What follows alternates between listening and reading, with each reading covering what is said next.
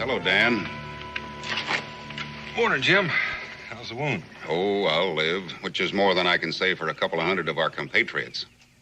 You're completely outmanned. There's little help for that. And outgunned. They must have ported those cannons overland. Dan, I've got orders for you. You've got to get into St. Vincent somehow and get Cobb out. Cobb? Philip Cobb, a schoolteacher, a patriot, and I guess a genius. He worked out the secret code that the entire Continental Army uses, has been using for months. Now, if the British make him talk, they'll know every troop movement and battle order from Albany to New Orleans. Any chance of changing that code? Oh, sure, but there are dozens of messages still in circulation. Now, once they break Cobb's code, they'll be able to trace the messages to the contact men in every city and town. The whole network will be spelled out simpler than a first-grade reader. You sure they know who Cobb is? No, I'm not sure. Now, this code could win or lose the war. If you can't get Philip Cobb out, you're going to have to kill him.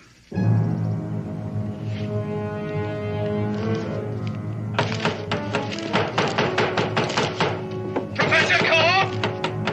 Professor! Open up! Professor Cobb! Professor, open up! Professor! Open up! Professor Cobb! Professor, open up! All right, break it in.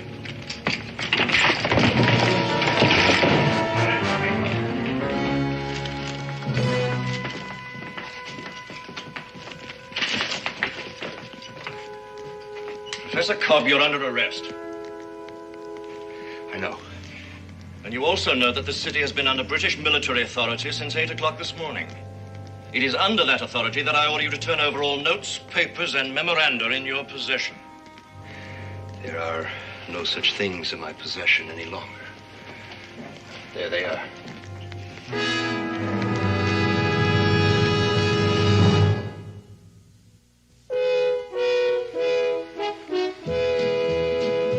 Daniel Boone, what a doer, what a dream comer, truer was he. From the coonskin cap on the top of old Dan to the heel of his rawhide shoe, the ripperest, roaringest, fightingest man the frontier ever knew. Oh, Daniel Boone was a man, yes, a big man, with an eye like an eagle and as tall as a mountain was he. Oh, Daniel Boone was a man, yes, a big man, and he fought for America to make all Americans free. Daniel Boone was a doer, what a dream comer, truer was he. Daniel Boone, Daniel Boone.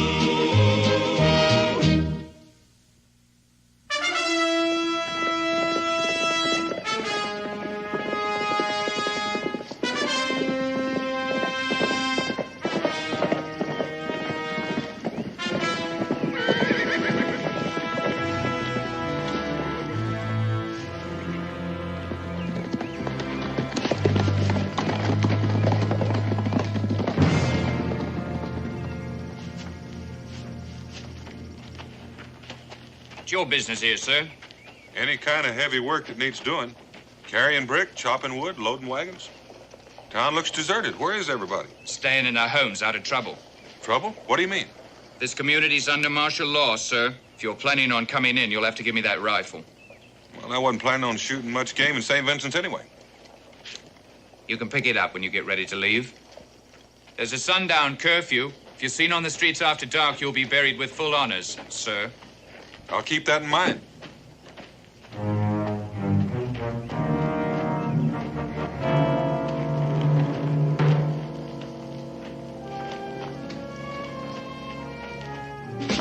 How's the bread business? Daniel Boone. Hey, when'd you get here? Just now. Any trouble getting in? No? You hungry? You still making those hot cross buns with the honey on top? Sit down. Hot out of the oven, Dale. How's the family? Wonderful. How's yours? Oh, everybody's fine around here except for what's going on out there. A barrier at the edge of town. How many men are usually on it? Just the ones you seen there. Where's the main encampment? About 3 miles out. They haven't built a stockade yet. Hey, you're not planning on going out there, are you? It depends. What do you know about a man named Cobb? Oh, school teacher? You know, I thought there's something funny about all of that. You here to see him? Yeah. What's funny? The funny thing is that they bothered with him at all. They're not holding him at the encampment. I saw him this morning at the Clifford house when I delivered bread. Is that the end? They're holding him in a room on the 2nd floor. There's a couple of soldiers and an officer. Was he all right when you saw him this morning? Looked kind of pale. Only saw him for a second. They're bringing him out of the schoolroom. Hey, Daniel, what's so all-fired military about a school teacher? Take my word for it. He's important.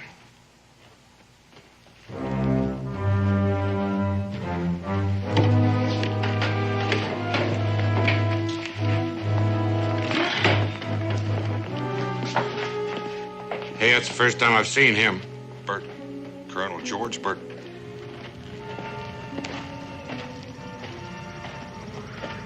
These Indians will require quarters indoors. Sir.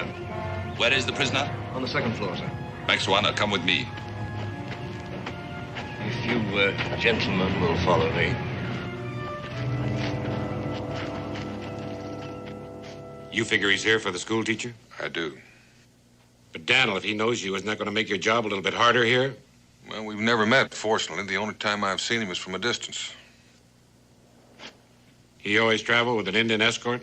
No, not always, but he's full of surprises. Does this bakery have a delivery wagon, one big enough to carry 2 people? It'll carry 3. I've quartered the Indians in the ballroom, sir. Is there a fireplace? Yes, sir, but I don't think it'll be necessary. The weather's been quite warm.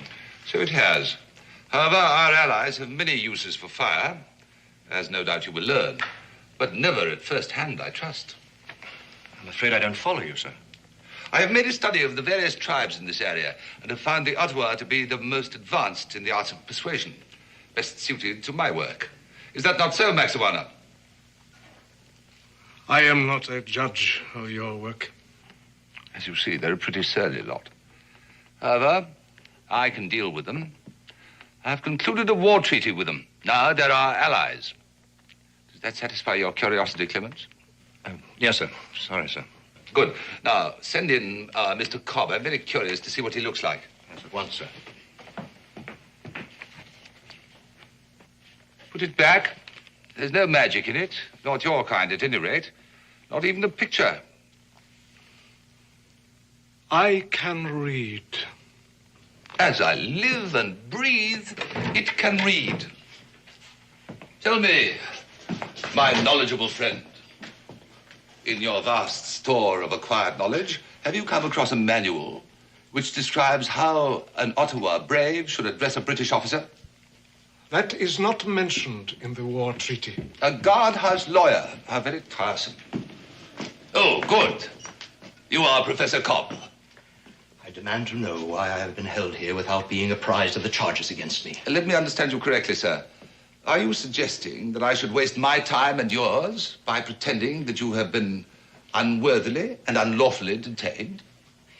This is my classroom. I teach school. I was not aware of a law that had been passed forbidding that. Do sit down at the head of the class, if you please. Once again, I demand that...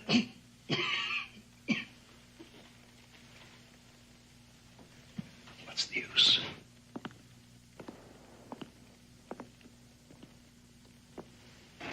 You don't look well. Are you a doctor? In a way.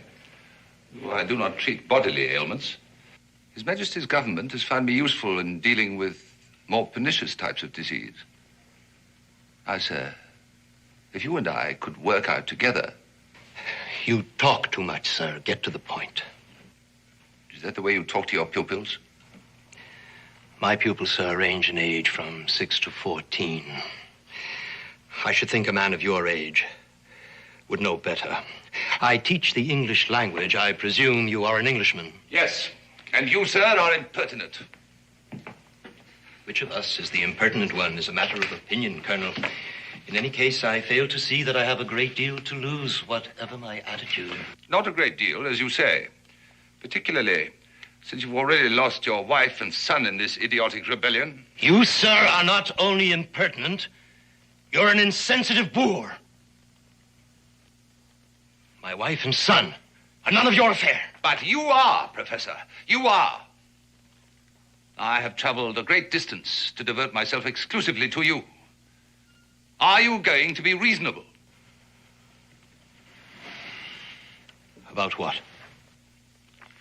I have been authorized to make the following proposition to you. Upon delivery of your code, you are to be paid a draft upon the Bank of England in the sum of £10,000 sterling. You are to be set free, and no further claims or demands to be made upon you. 10,000. That's truly splendid. A man could live out his life very happily with 10,000. Too bad.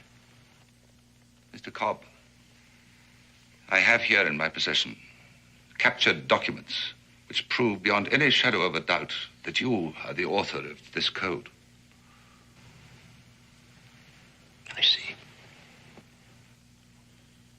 Now, sir, your answer. No. Your final answer?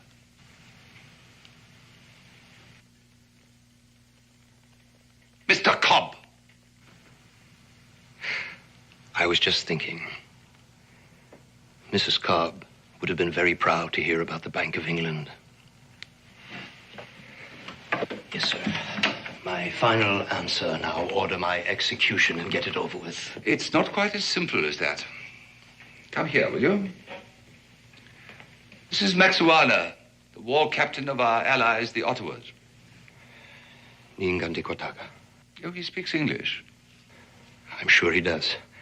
I've known many of his nation. I admire them. And no doubt you're acquainted with their tribal customs. Somewhat. In particular, the treatment that they accord to prisoners. Important prisoners, that is. Torture. I hadn't considered that. Good. Now, will you do so? In my condition, I'd be dead in 5 minutes. On the contrary. Maxuana here tells me that he and his colleagues can keep a man on this side of death, the painful side, Mr. Cobb, for 24 hours at least. They make a kind of game of it. They call it a ritual. It's part of their religion. The prisoner is treated as an honored guest at a great feast. He is alternately tortured and fed. During his rest periods, he is expected to propose toasts, tell stories, share jokes with his tormentors. All this, of course, depends upon his ability to withstand pain.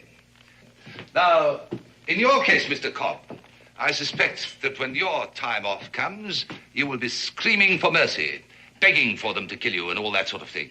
Now, why subject yourself to such misery? Tell Mr. Cobb that what I say is true.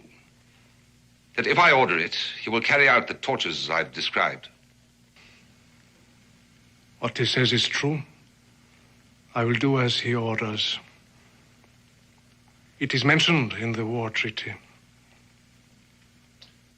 I'll give you some time to think it over. A little time. Guard! Give me what I ask, and I will send this savage away.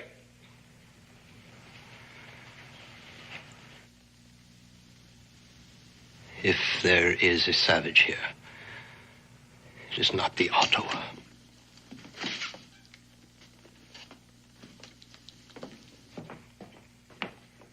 Take him back.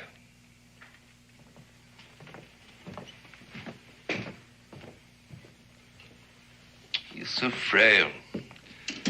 I don't want to risk losing him through your incompetence. That man is not fit to be put to a test of strength. It is unfair. But we are not incompetent. That is for me to judge. You will select 2 braves to go on a raiding party. For what purpose? You see these? A few members of your race have served the crown well enough to earn them. You will never be one of those few until you learn to do as you are told. I have no wish to be an officer. And I am not your body servant. You will tell them to proceed upstream about 10 miles to a village called Kimberley. They will enter the village under cover of darkness. They will capture this person and bring him to me here.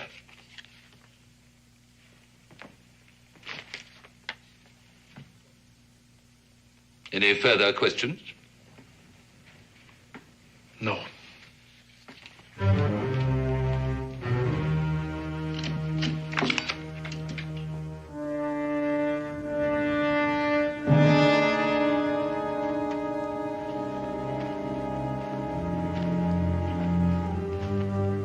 It's 5 minutes up and back.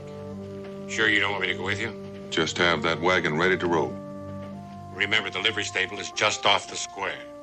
We'll find it and we'll meet you there.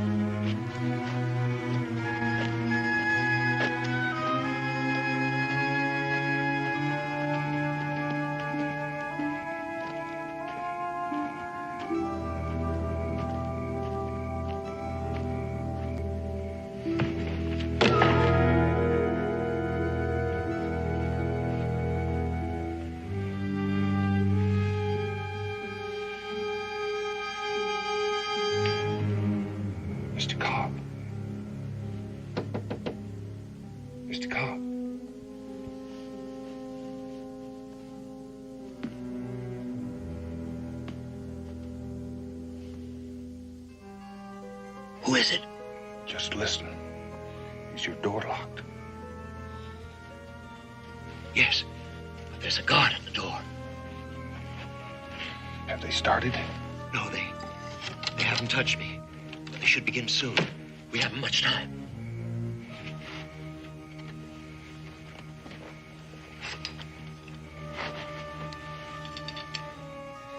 This shouldn't take long.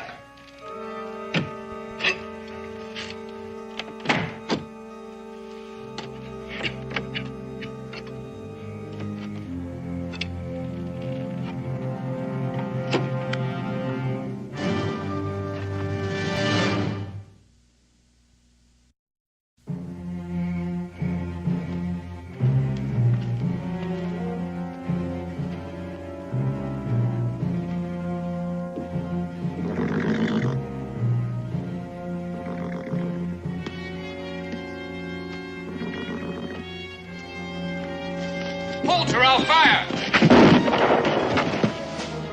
Captain! Captain!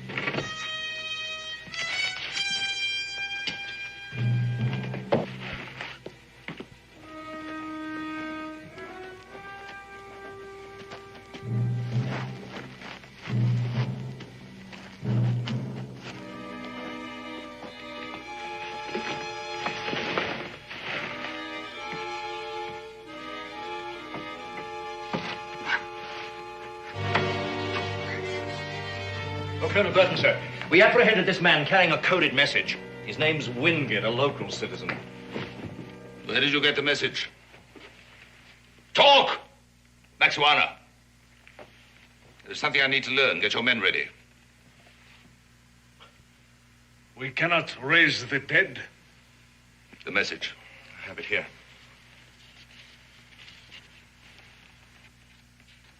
This is too carefully worked out to be a forgery. This business at the top is obviously a reference to a key to the code. If If only this man had lived. It all happened so suddenly, sir. There was no time to stop soldiers from shooting. Do you realize what this means? It means that each one of these villages has a leader who can decipher the code. Now, if we can find the key to it, there will be nothing standing between us and total victory. Those braves I sent to Kimberley should be back by now. Where are they? It will not be long. I can't wait. Come with me. You too.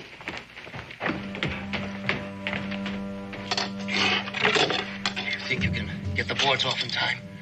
You just keep watching that door. Unlock it.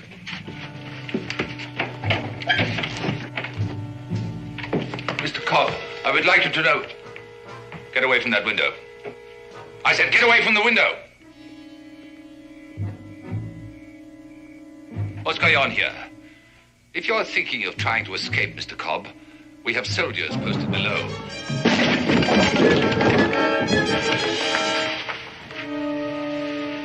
Glad to see you gentlemen are being sensible. You only have one shot. There are 3 of us. 4, and only one worth shooting. Take their guns, Mr. Cobb. Professor. You won't get more than 10 feet from this room.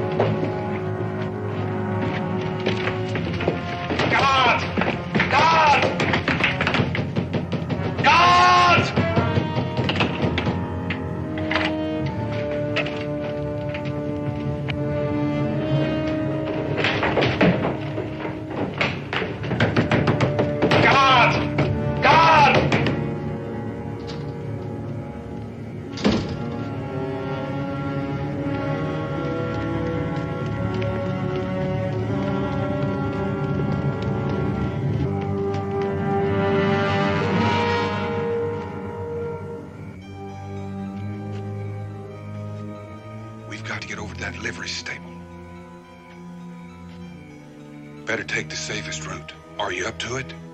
I'll try.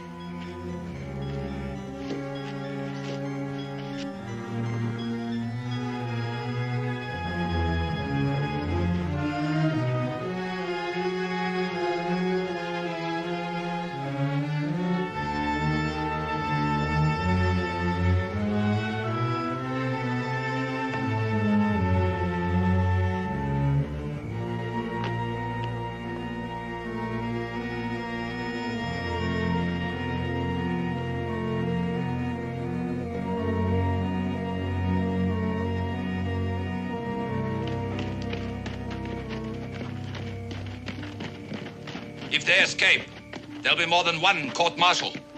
Now spread out and search for them. And find them.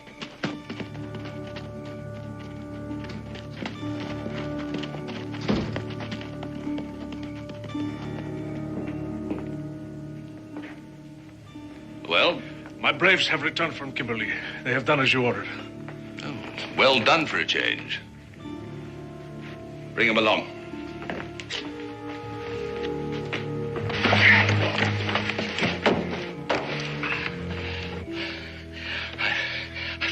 My breath.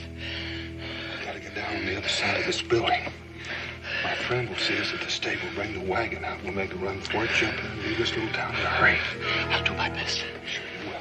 Mr. Cobb! We were talking earlier about the matter of your sacrifices. There was one person that you neglected to mention. You still have one son remaining. Raymond Cobb, presently living with an aunt at Kimberley. Presently my prisoner, Mr. Cobb. Either you give me the code or your son will die, and in the manner which I have already described. I know you can hear me, Mr. Cobb. You remember our conversation about the Ottawa methods? He's lying. I've got to see. Even if it's true, Mr. Cobb, he's not the kind of man to keep his bargains. What are you talking about? You're far too valuable to the Continental Army. He'll never let you go, don't you know that? But he's got my son. We can't be sure. Father, don't come out! Do you hear me? Father, don't come out! Do it. Look, get away as best you can, please. I don't want to involve you in this. I can't do that. You're mad. I know how you feel, and I promise you I'll do everything I can to get your son free. My boy. You have a son? I have. Wife living? I have. I lost my wife when the river forts were shelled by the Continental Army, Mr. Boone. My oldest son, the first year of the war, fighting for that same army. 5 years. I gave 5 years when I could have been living comfortably in Maryland with a fine home for my wife, a university, a library, and my 2 sons growing up in an atmosphere where they would have known what the world is really like. I killed them all. No, you haven't. But unless you come with me, you'll kill your son, Mr. Cobb. And if I kill you, your son will be of no further use to Burton, and he will kill him. Believe me. Now, do we move, or do I squeeze this trigger?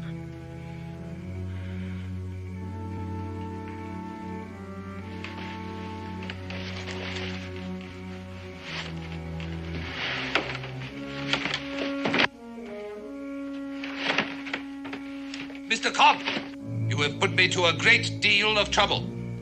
I want this foolishness to stop at once.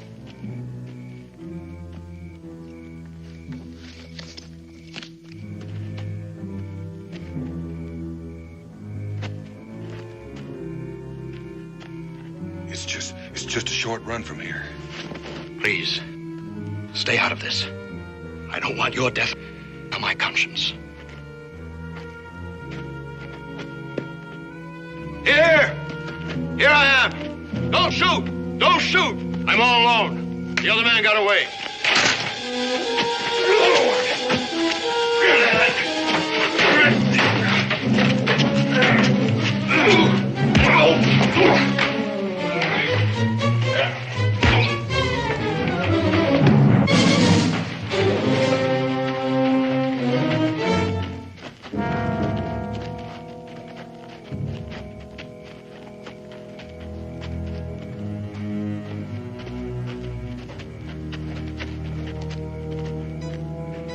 Those poor, pathetic rebels. See that he regains consciousness fully before you kill him. Inside.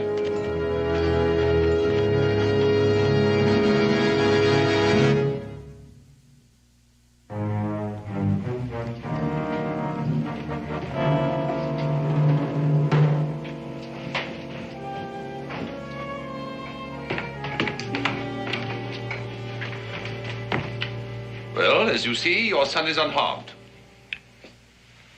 Untie him and let him go home. All in good time. We intercepted this message tonight. We took it from a man named Wingate.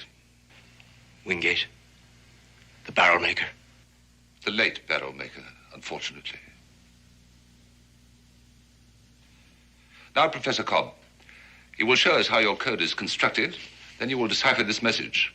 At that point, your son and you will be free to go. I do not think there is any need for further persuasion.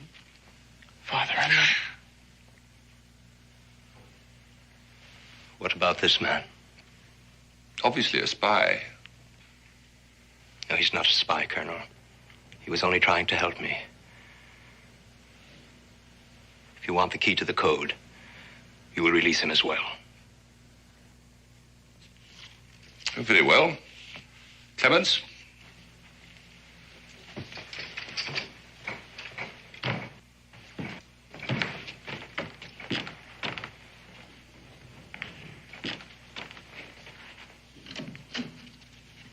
Kill this man now.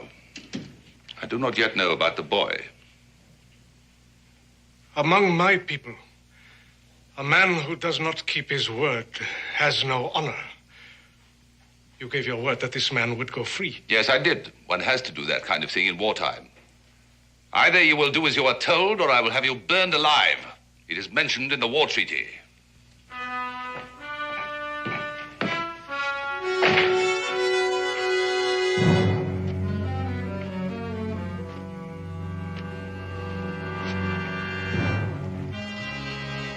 I have been ordered to do this. You fear your white colonel more than you honor your ancestors. Why do you say this? The Ottawa pride themselves on their skill at the slow death. That is true. Aren't you a true Ottawa? Don't you practice the ritual of your tribe? Unless this man is not a full-fledged brave, I insist on my right to die with honor.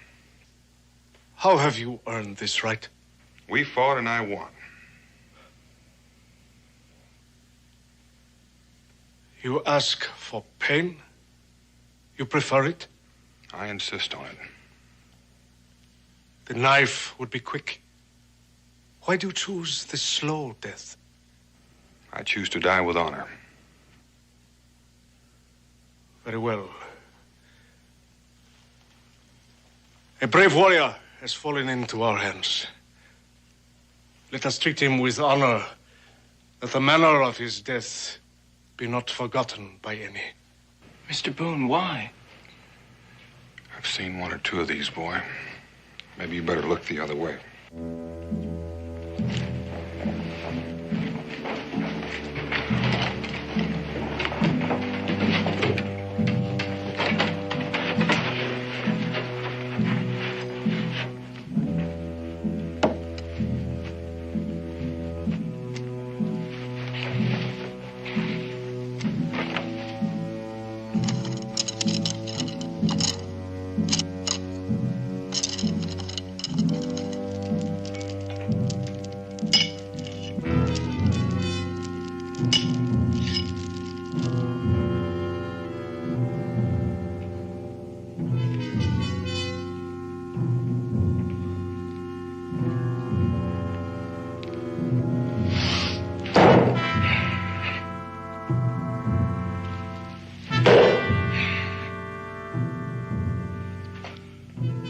As long as the warrior maintains his hold on the war axe, the ceremony will continue. The moment he lets go, he dies.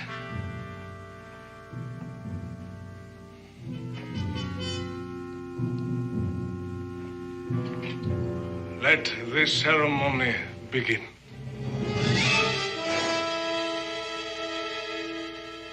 The warrior will partake of the ceremonial wine. I am honored.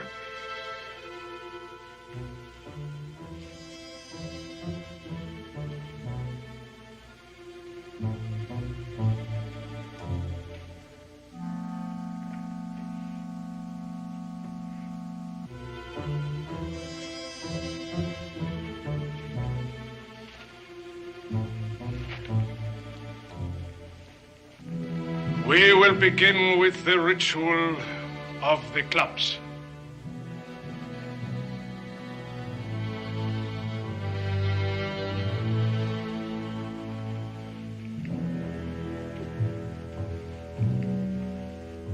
Your pardon is asked. You haven't?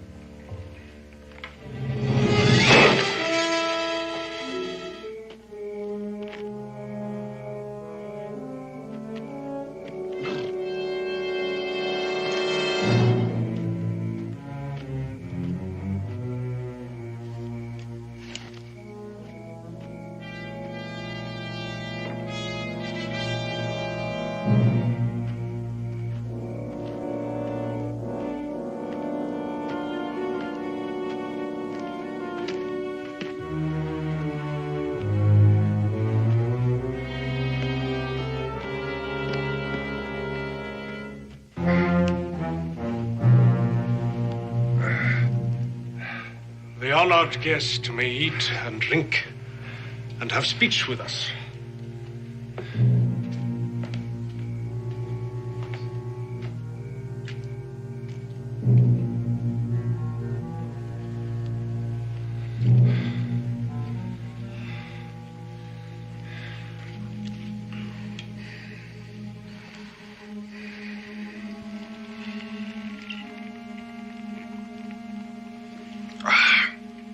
Let me say at once, I'm proud to be the honored guest to the Ottawa. The mightiest of nations. bravest in battle.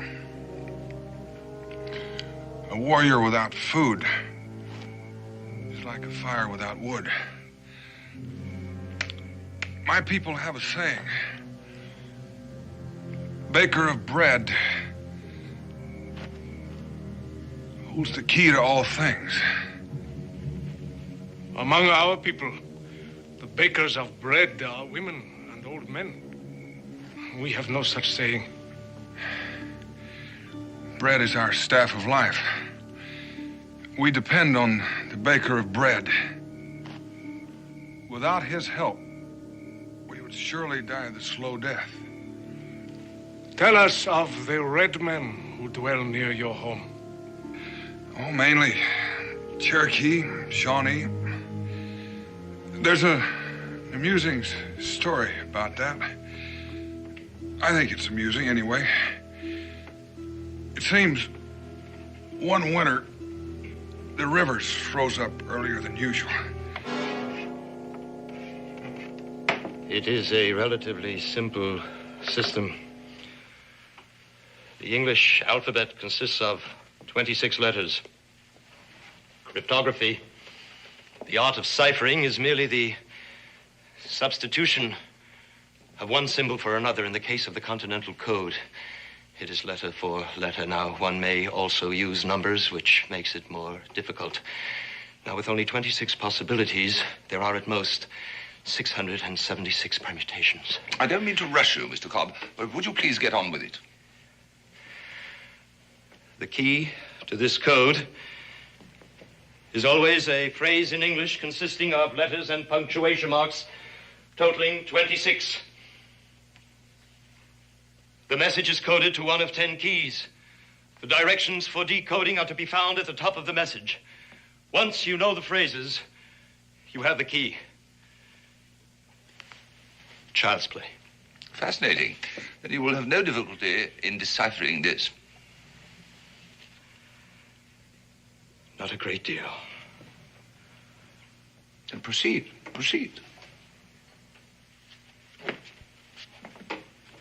And the way they finally settled it was a brave that could toss the bullet farthest won the firewood. It was the coldest winter I can remember. The honored guest has eaten and drunk for the first time. He must now submit himself once again to the punishment.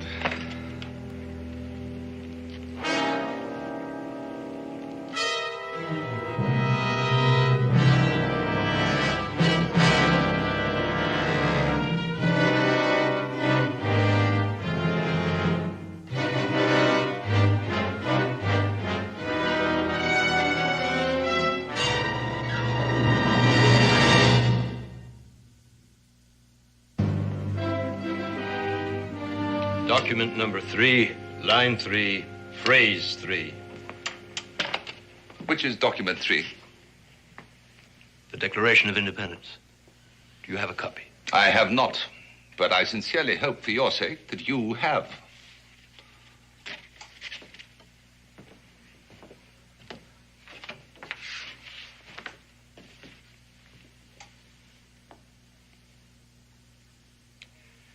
That all men are created equal.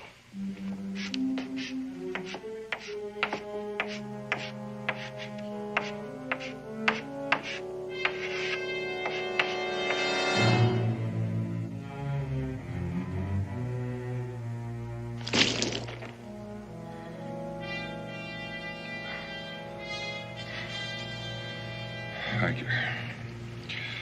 Thank all of you. I believe we were talking about cold weather. I think I'd like to get back to that. T-H-A-L. Just a moment. Where is the second T in the word that? There is no need to spell it out twice, since the letter T in this code key can also stand for A, D, or R. We simply place the letters next to T. The rest is a simple process of elimination. A process that might take hours. Will you decode this message at once, please? I'll do no further work. until I see my son standing here unhurt. Mr. Cobb, I don't think that you're aware of how ridiculous that request is at this point. I'm also aware that you are pressed for time, Colonel. You should be willing to pay for it. I'm not asking for much, but I will have what I ask for. Very well. Clements.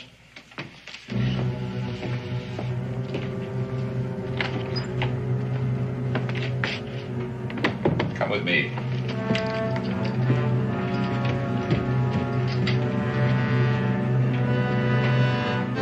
I think you all know the legend behind the story of the coming of the first winter. Take young Cobb up to his father's classroom. What in heaven's name is going on here? I ordered you to kill this man. He has chosen to die with honor. He has chosen? Oh, but of course, I'd forgotten. I had completely forgotten the reason why I employed you in the first place. And what is this? Practice? You have intruded upon a sacred ritual. I order you to leave. You order me? Oh, no, my savage friend. That is definitely not included in the war treaty. I've been altogether too lenient and free and easy with you. Consider yourself under house arrest. We will not obey. You all follow this man. It is best you know the consequences. Treaty or no treaty, I will not be disobeyed. Follow Maxuana, and he will lead you to your deaths. Now, I order you to kill this man now, and place this one under restraint. Now. Maxuana, you might as well do as he says. Death with honor has no meaning unless it comes from a worthy victor. And all this time, I thought you were your own man. Be quiet. You have bought enough time as it is. I am my own man. You are an animal, and you shall die like an animal. That's better. Now, once again, I order you to...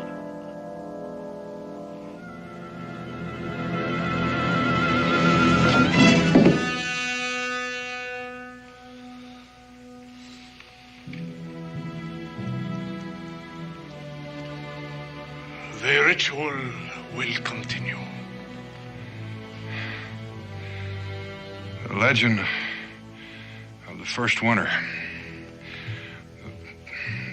The first man to walk the earth. I believe you call him Wajunkaga. We call him the baker of bread. One night, a voice came to him saying, now is the time to come to the cause of all men who seek freedom. Go up to the room where the sons of men are taught wisdom and rescue the bringer of knowledge, now that he is secure in the safety of his own son. But move with caution, for those who seek to destroy freedom will be looking for you. Now is the time, O baker of bread, now.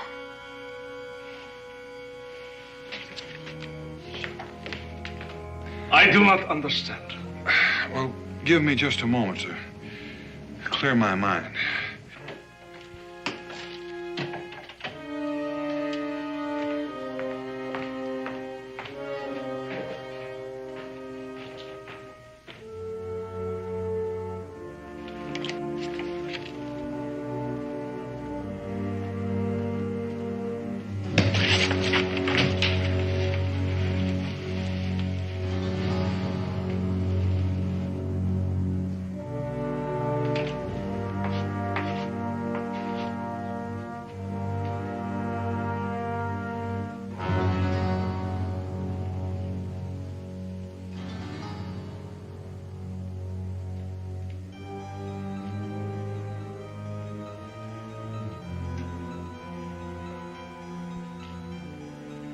February what? The date, man. Hundreds and hundreds of Continental soldiers will die because of me. Nonsense. It just means the whole thing will be over sooner. Sooner for some. Go! Don't be a fool! Hold it! Professor.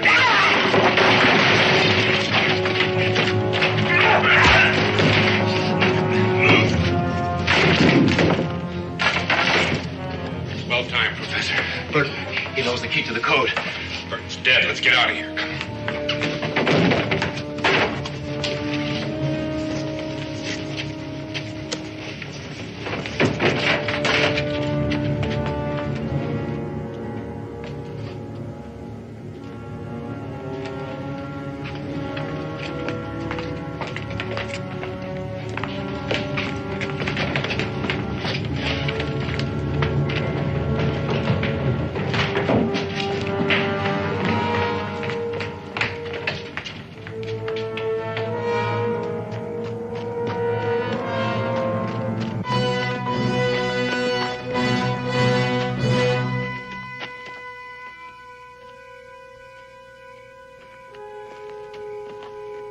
We'll have to make a run for the stable. Are you ready? Come on. Hold! Hold, don't shoot!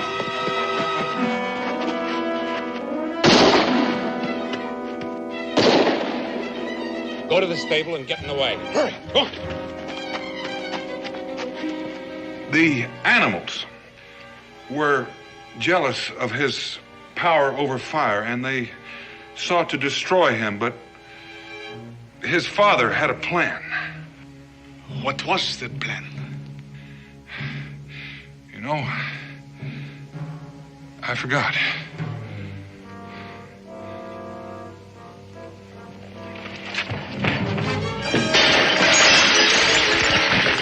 No. Let the brave warrior escape. He has earned it. And let us leave the dishonorable men to their own dishonor.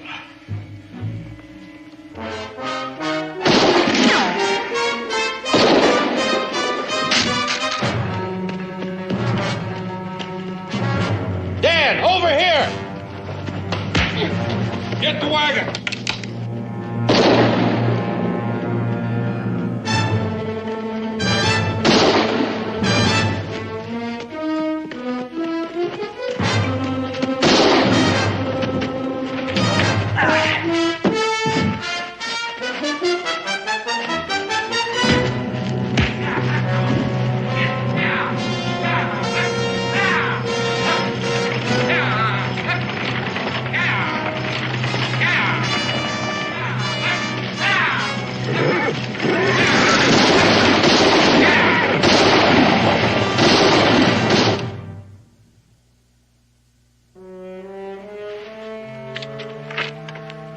Just got word. Clark has retaken St. Vincent.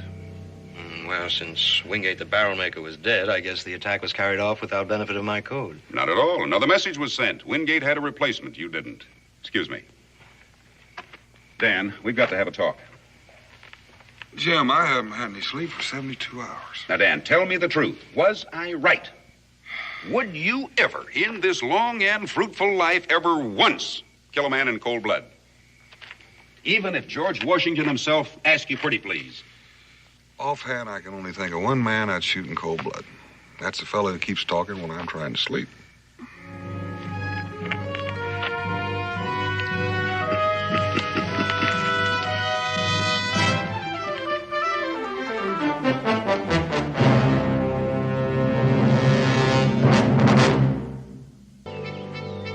Received a message from Terrace Khan asking me to come. It is nothing, dear cousin. I will attend to it. I will attend to it. Rest yourself. Boone!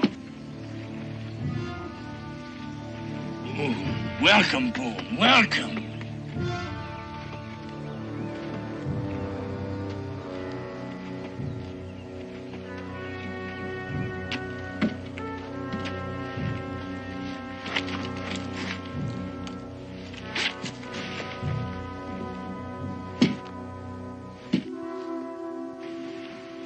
Braves told me you were ill.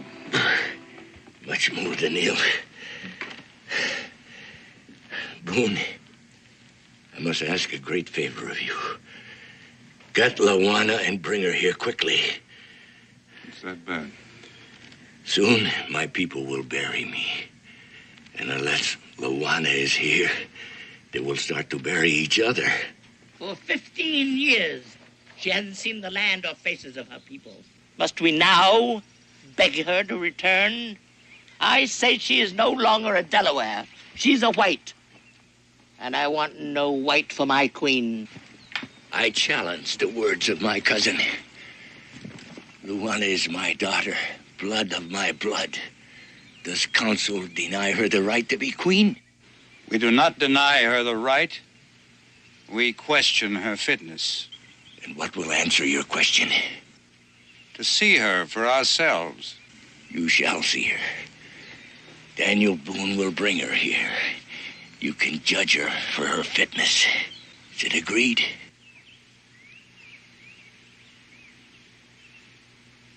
It is agreed.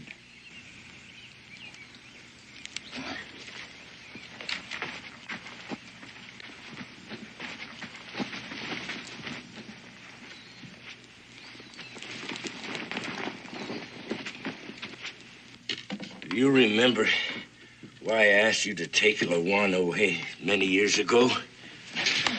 To learn the ways of the white man. That is true. But there was another better reason. More important, I feared for her life. Tatama? Tatama. Many times since the death of the mother of Lawana, my council had begged me to take another woman to provide a male heir. This woman could have protected my child from Tatama's ambitions for her son. But I could not take another woman. Do you understand that, Boone? I can understand that. Tatama could not. These are the wedding garments of the mother of Lawana. She must wear them when she comes back. She may not want to wear them. She may not want to come back. What then? Then Katoga will be chief. A fine young man, brave, intelligent, but his ears are full of the words of his mother, who lusts for power, and to prove that power, she will make war, and many of my people will die. Boone, it is the deepest wish of this old man to see his only child once more before he dies. Ted is gone.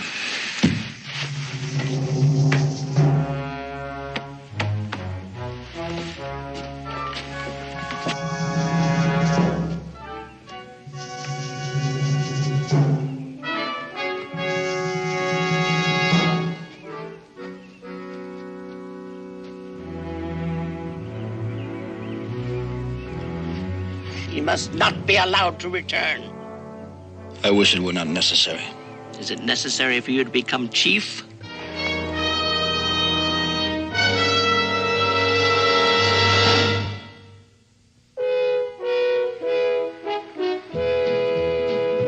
Daniel Boone, what a doer, what a dream comer, truer was he. From the coonskin cap on the top of old Dan to the heel of his rawhide shoe, the ripperest, roaringest, fightingest man the frontier ever knew. Oh, Daniel Boone was a man, yes, a big man, with an eye like an eagle and as tall as a mountain was he. Oh, Daniel Boone was a man, yes, a big man, and he fought for America to make all Americans free.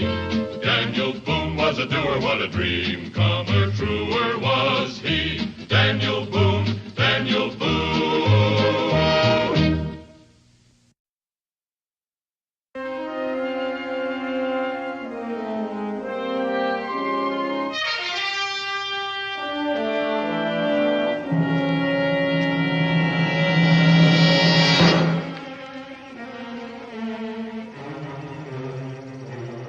Hungry, Katoga?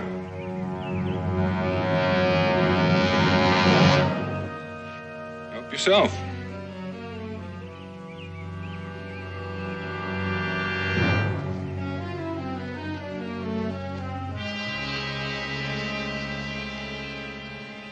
You must think me foolish.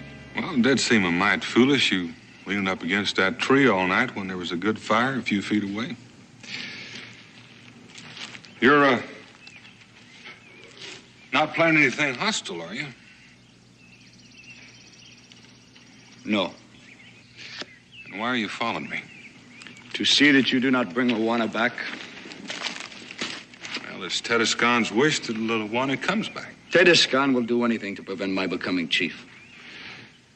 You know, that's interesting. Because he's told me that you'd make a fine chief. Then why does he oppose me so? He opposes your mother. He feels as chief you would serve her and not your people. Boone, I have been trained since childhood to rule my people. Well, that may be, Katoga. But who was your teacher?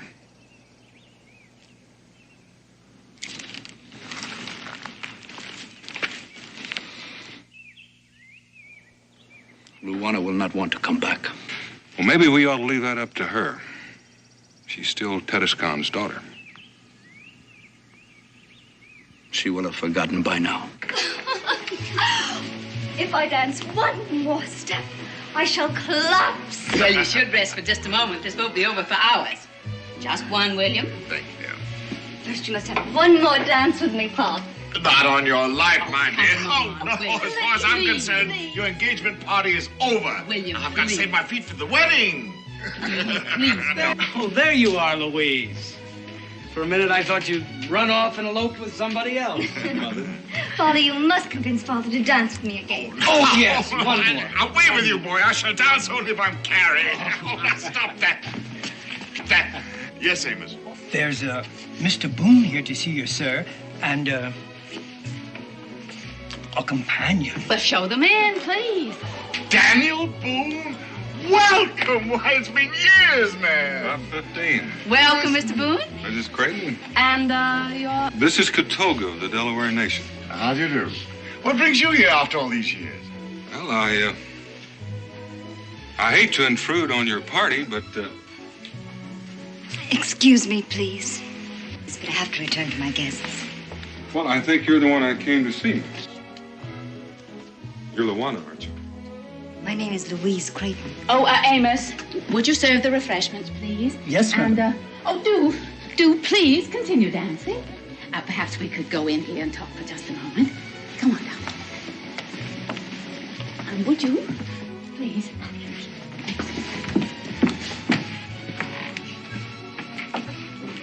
Now, darling, don't be foolish. You know that it was Mr. Boone who brought you to us. And you were called Luana when you were a small child. Of course, Mother. I'm sorry. Why did you want to see me, Mr. Boone? Well, your father sent me. He wants me to take you to him. My father? Come now, Daniel. You know the child's had only one father, me. She doesn't even remember Tedescan.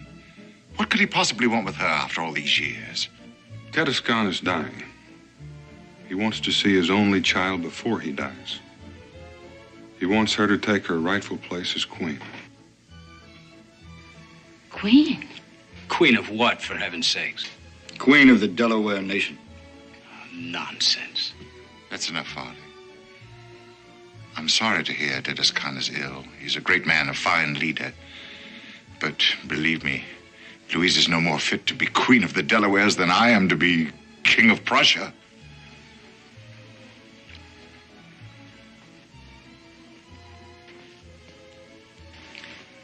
Tell the worthy Tedescan that Miss Louise Creighton regrets her inability to attend him due to her imminent marriage. You see, Mr. Boone, this is an engagement party. Louise and Farley are to be married in the spring.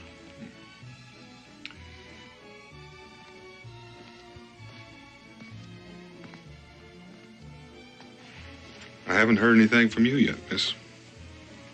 It's all so sudden and confusing. I don't even remember him. What would I say to him? I don't think you'd find Tedescan hard to talk to.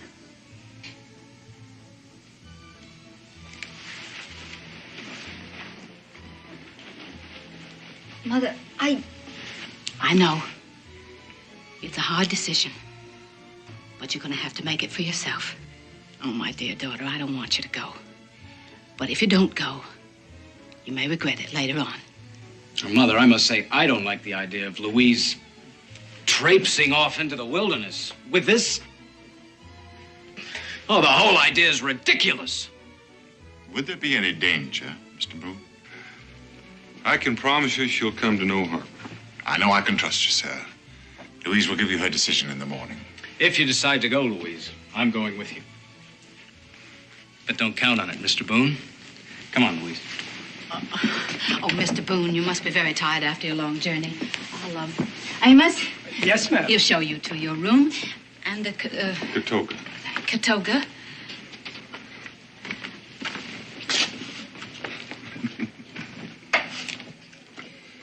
Good night. Good night. Elizabeth, I could use that drink.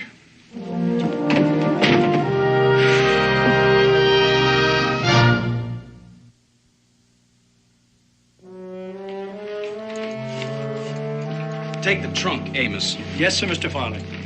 Come back for these. Yes. My.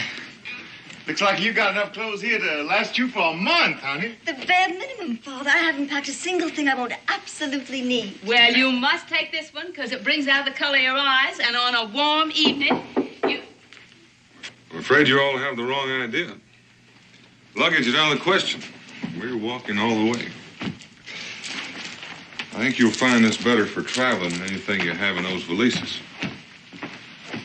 It was your mother's. She can't possibly wear that. It's very soft. Delaware women have strong teeth Strong teeth? to chew the skins and make them soft.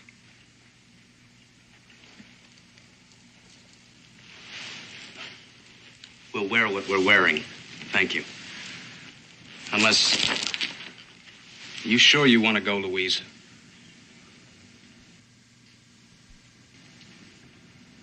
Yes, I'm sure.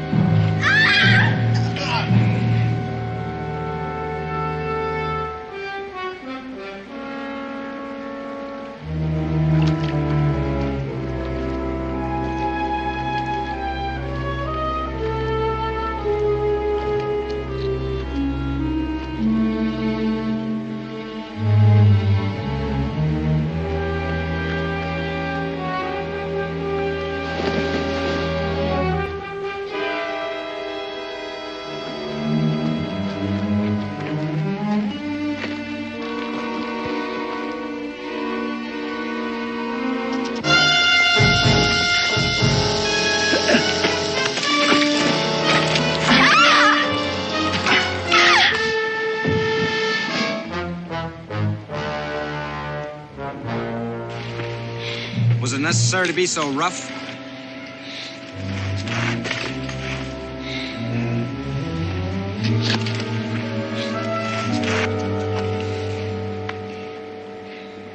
Thank you. 1-1 gum. What's that gibberish? Well, that's Delaware for you're welcome. You may have noticed, Creighton, that it makes more sense sometimes to have a woman walk behind you.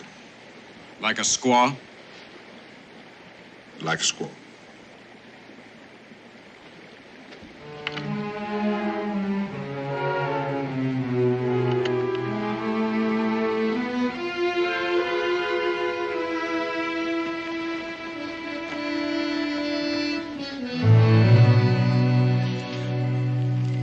The Delawares, they're not like most tribes you've heard about. They stay pretty much in one place. The men hunt and fish, the women work in the fields. They're much like any other frontier people. They have a lot of pride, a lot of dignity. And their chief, Tedescan,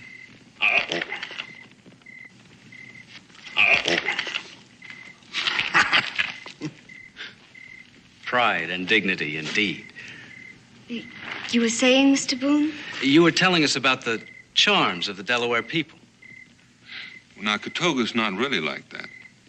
He's just putting on a show for you. Why, pray? He's trying to scare you off Scare me off. Why? because he wants to be chief himself. But I'm not going. I'm just going to visit. Now, he really can't be sure of that. He thinks you might talk to Tedescan. Change your mind. Eat some. Very good. That's enough.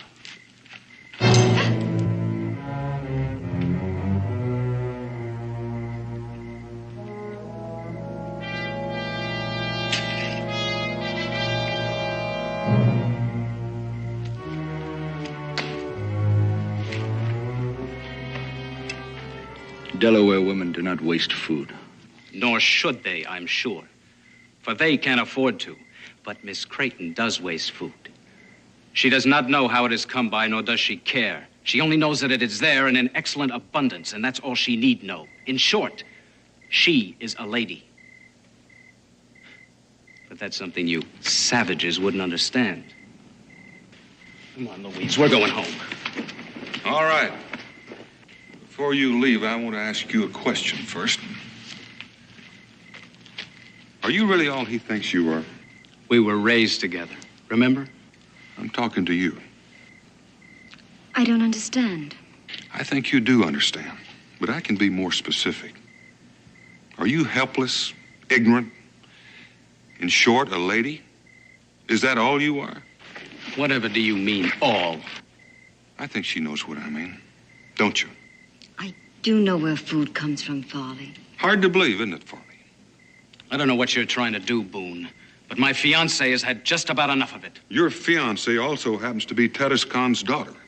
Aren't you interested just a little bit in knowing what that means? It means she's the daughter of a dirty, ignorant savage, which is something I shall always endeavor to overlook. Don't trouble yourself. Louise, I didn't mean it that way. Louise.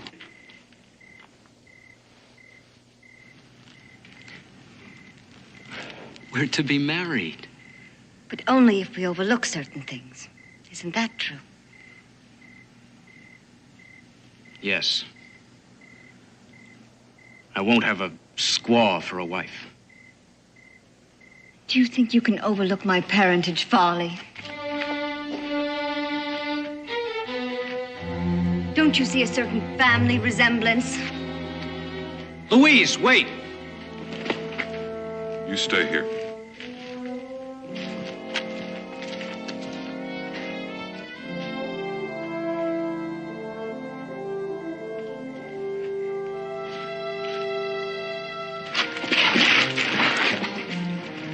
You'll dirty your hand.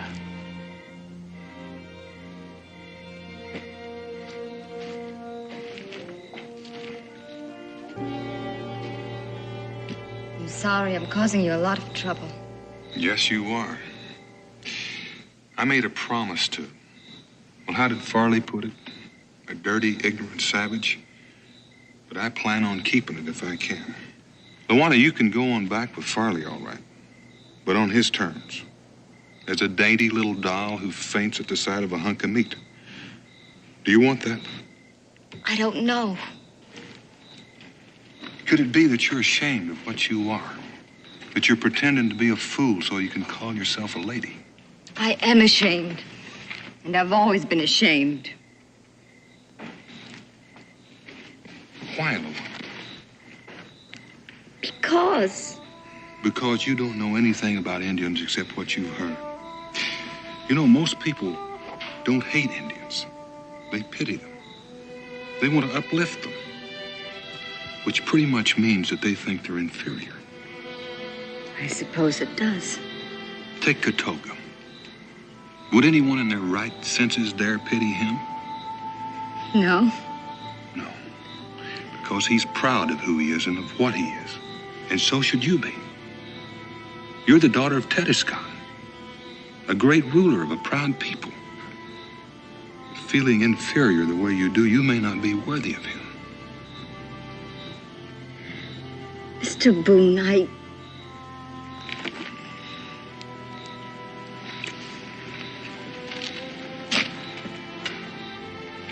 Luana, you can do what you like with these. I'm tired of carrying them.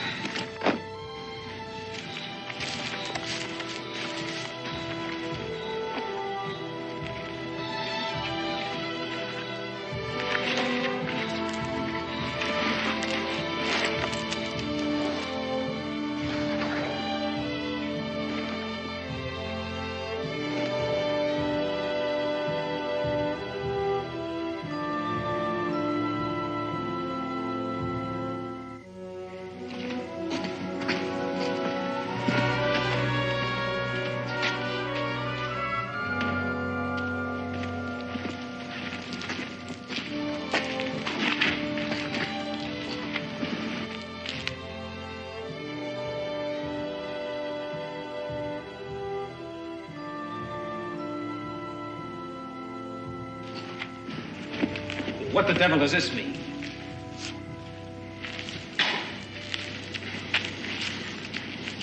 did you know my mother, Mr. Boone? A long time ago. Do I look like her? Very much. Do you intend to remain in those ridiculous garments? They're quite comfortable.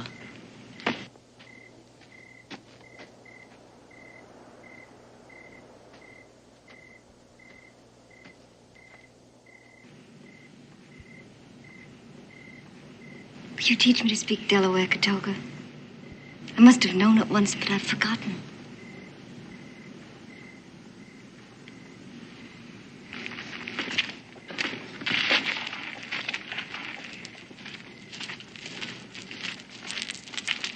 Have I done something wrong? Well, in a way, you're more or less asking him to cut his own throat. Because he wants to be chief. That's right.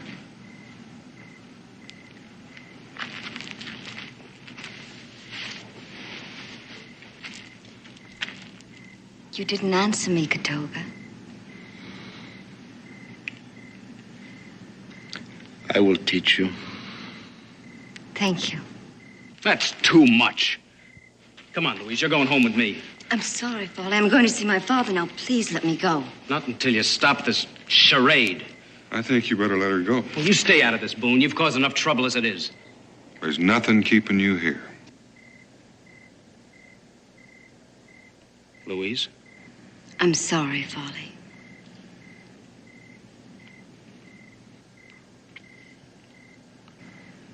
It isn't the same anymore. Can't you see that? What shall I say to our... to my parents? Tell them thank you very much for allowing me to make my own decision.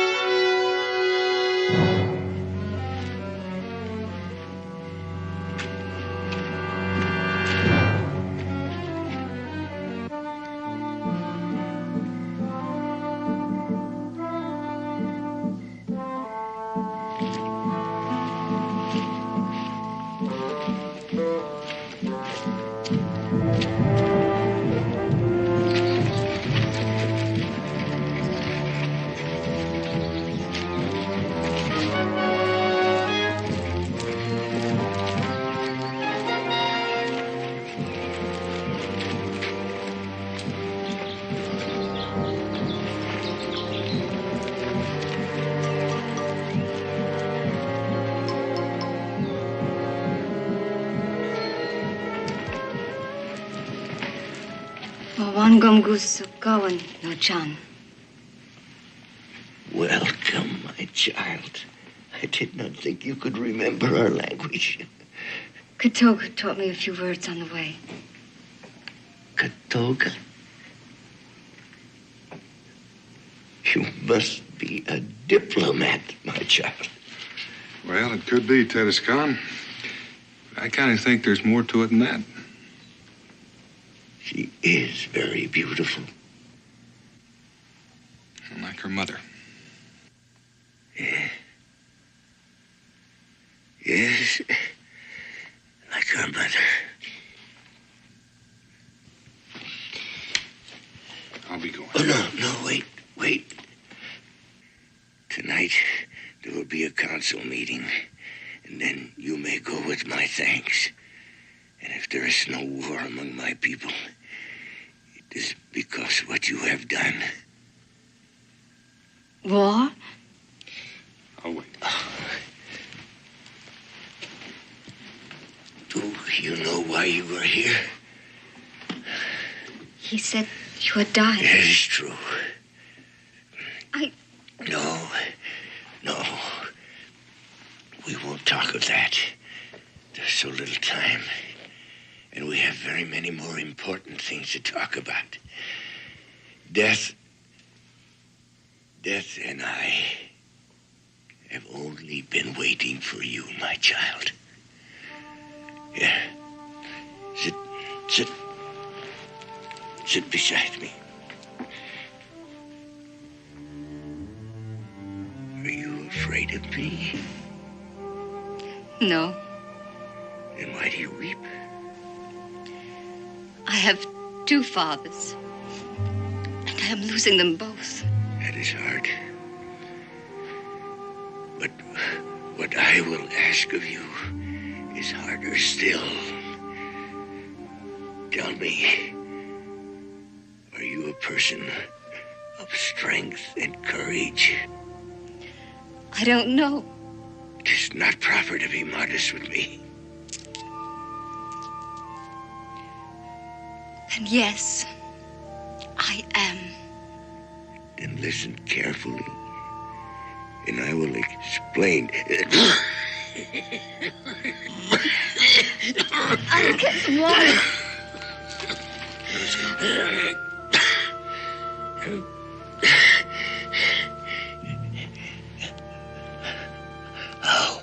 How does she seem? She's the daughter of a great chief. Oh, Boone, I must ask you to do one more thing for my people.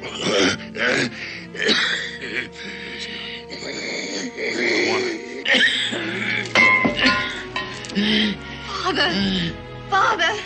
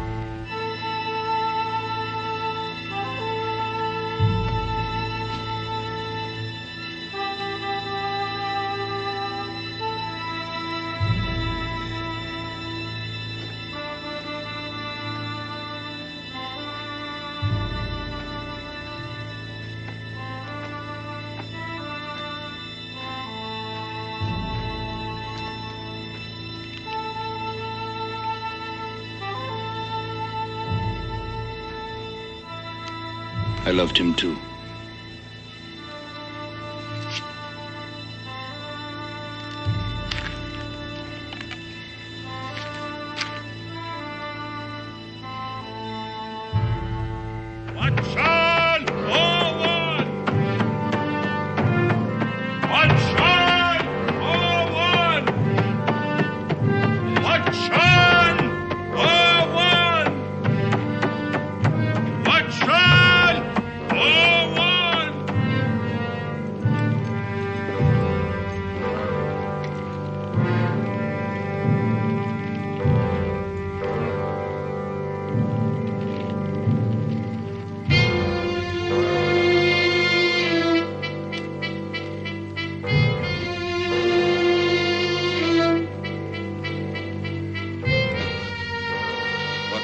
Disturbs our council.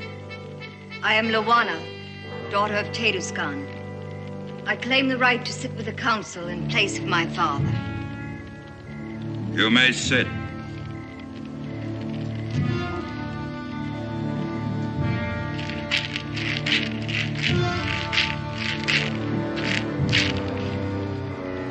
The council will begin.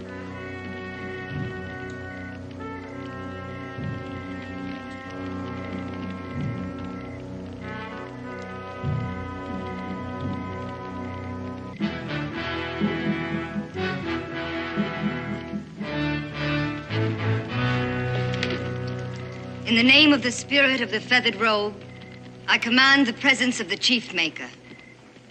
Who commands the presence of the chief maker? Lawana, daughter of Teduskan, rightful queen of the Delaware nation. All who accept this woman as queen must pay homage.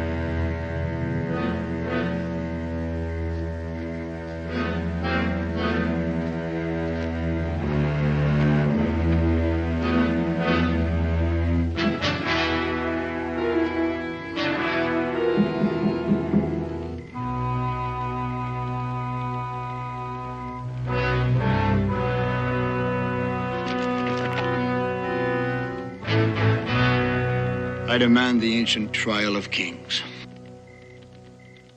The right of Luana, daughter of Teduskan, has been challenged.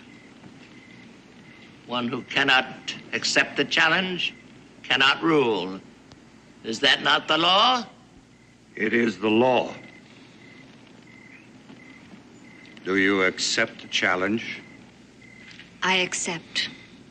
Do you understand what the trial requires? That only the bravest may endure it? Only the bravest is fit to rule. It is your right to stand guard over the place of trial. I will stand guard. It is your right to choose one to stand guard with him. I choose Daniel Boone. Does Daniel Boone agree? I agree. So be it.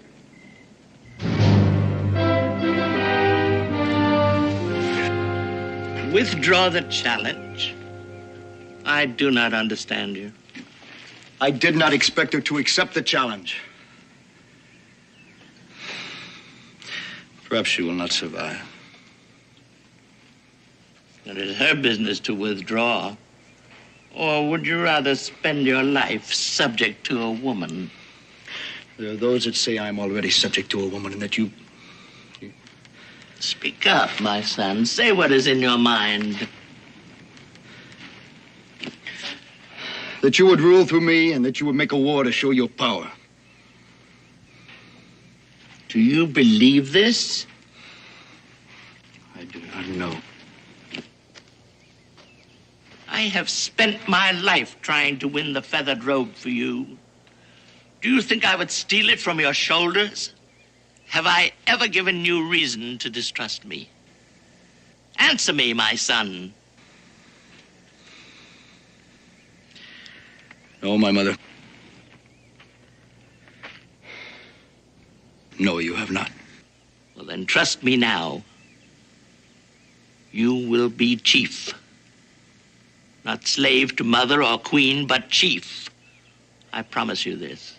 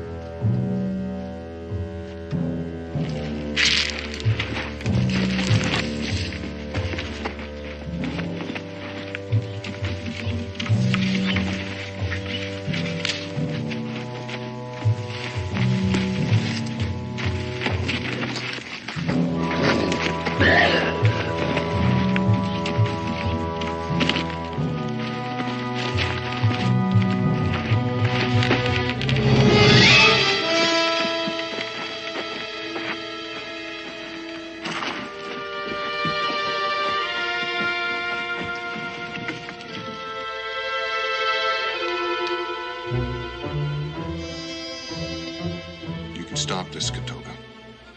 So can she. This is the last moment when you can withdraw from the trial without losing honor.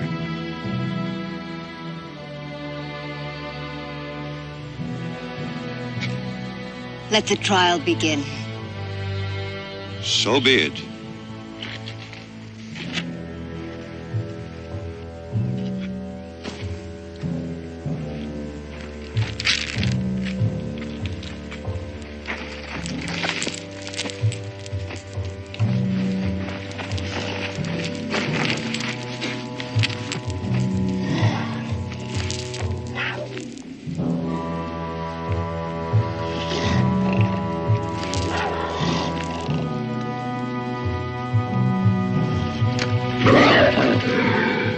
Here you must remain until we return. You will touch no one, no one will touch you. You will eat nothing, nor will you drink. If at the setting of tomorrow's sun you have survived the trial, I, Tatama, chief maker to the Delaware, will place the mantle of the feathered robe on your shoulders.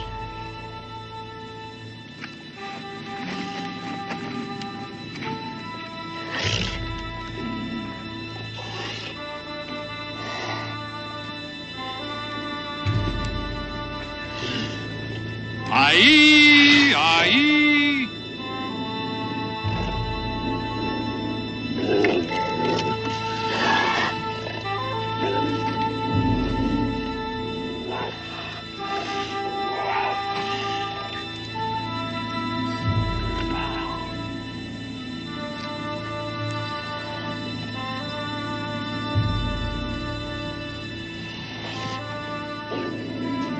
Oh, Great Spirit, the destiny of this woman is in your hands. To interfere is forbidden. You, Katoga, and you, Boone, will remain to see that the will of the Great Spirit prevails.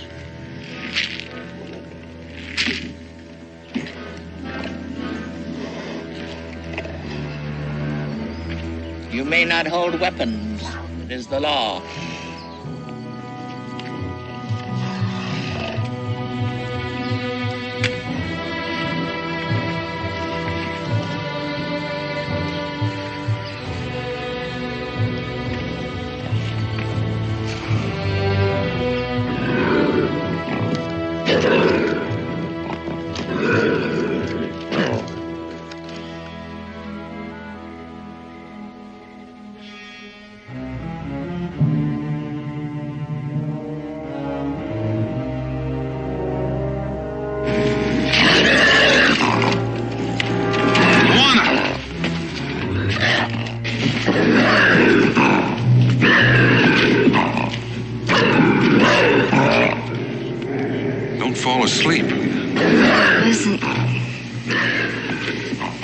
thinking about white wine.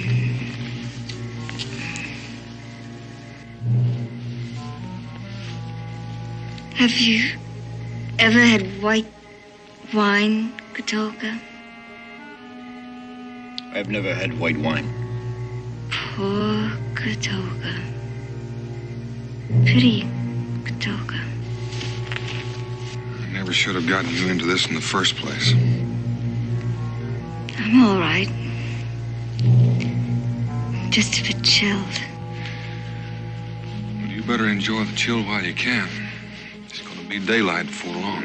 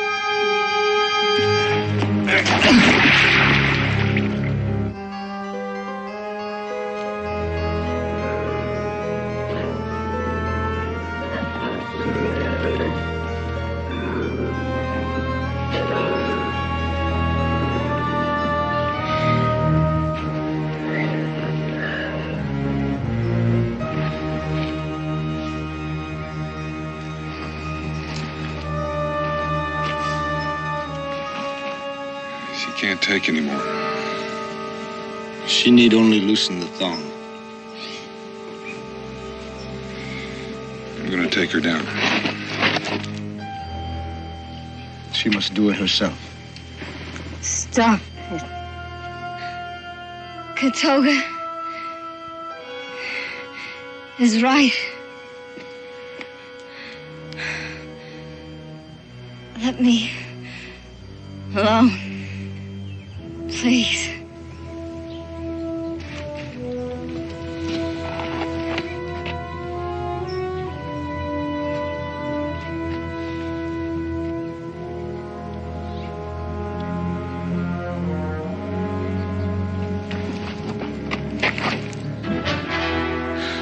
Stay with her.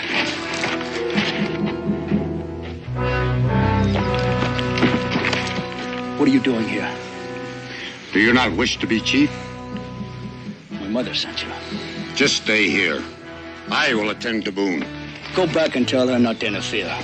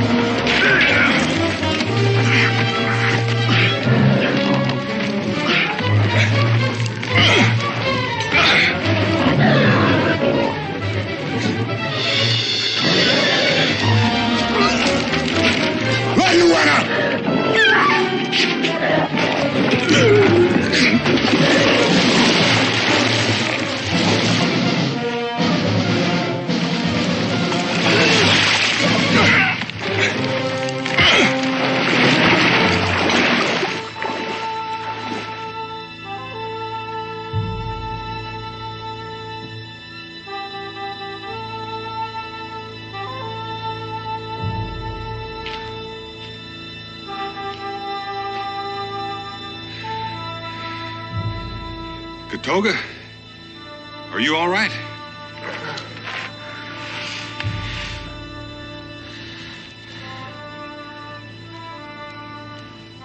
I'm only paying homage to my queen.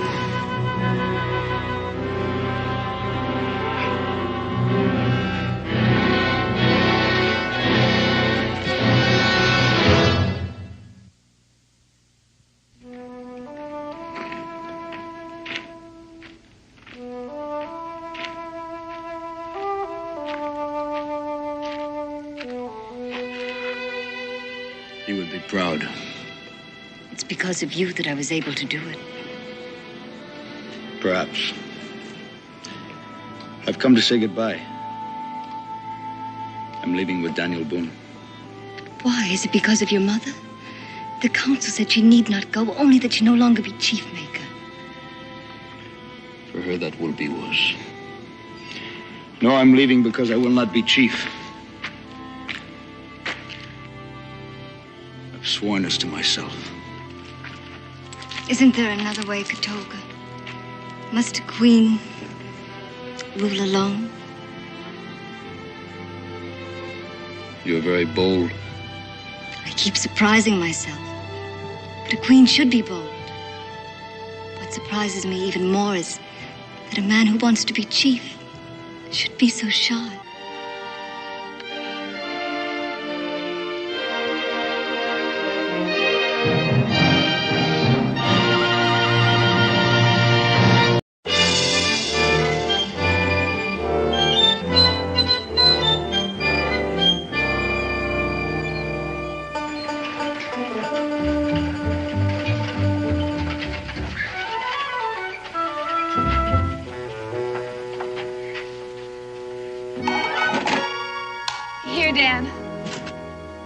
Becky, we haven't got room for any more of these things. Well, can't we stow it in Sally Martin's soap kettle? There's no soap kettle. Oh, dear, it must still be on board the ship.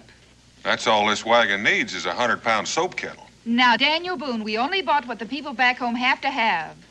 The way Cincinnati's been lately, Boonesboro might as well not have a store. Oh, don't fuss. I'll go see if it's on the ship. Well, never mind, I'll go. Just in case anything else is forgotten, I'll go along. I'd better tell Israel.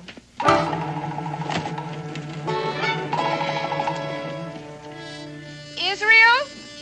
Israel! Yes, ma'am?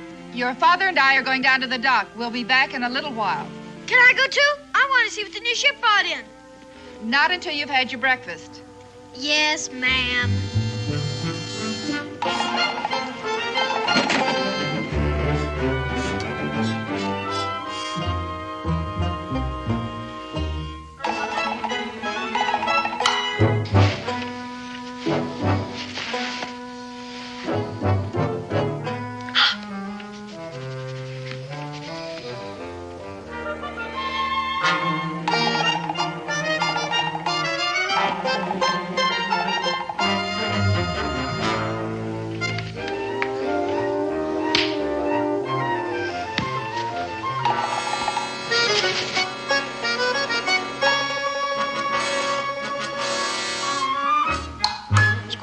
Square deal. Did you say something? Square deal. Talking crow? With a gold chain? Pure solid gold. Hey, you stay right there till I go get Pa. Hey, that's my new limited silver crown. A deal's a deal, mister. You drop that.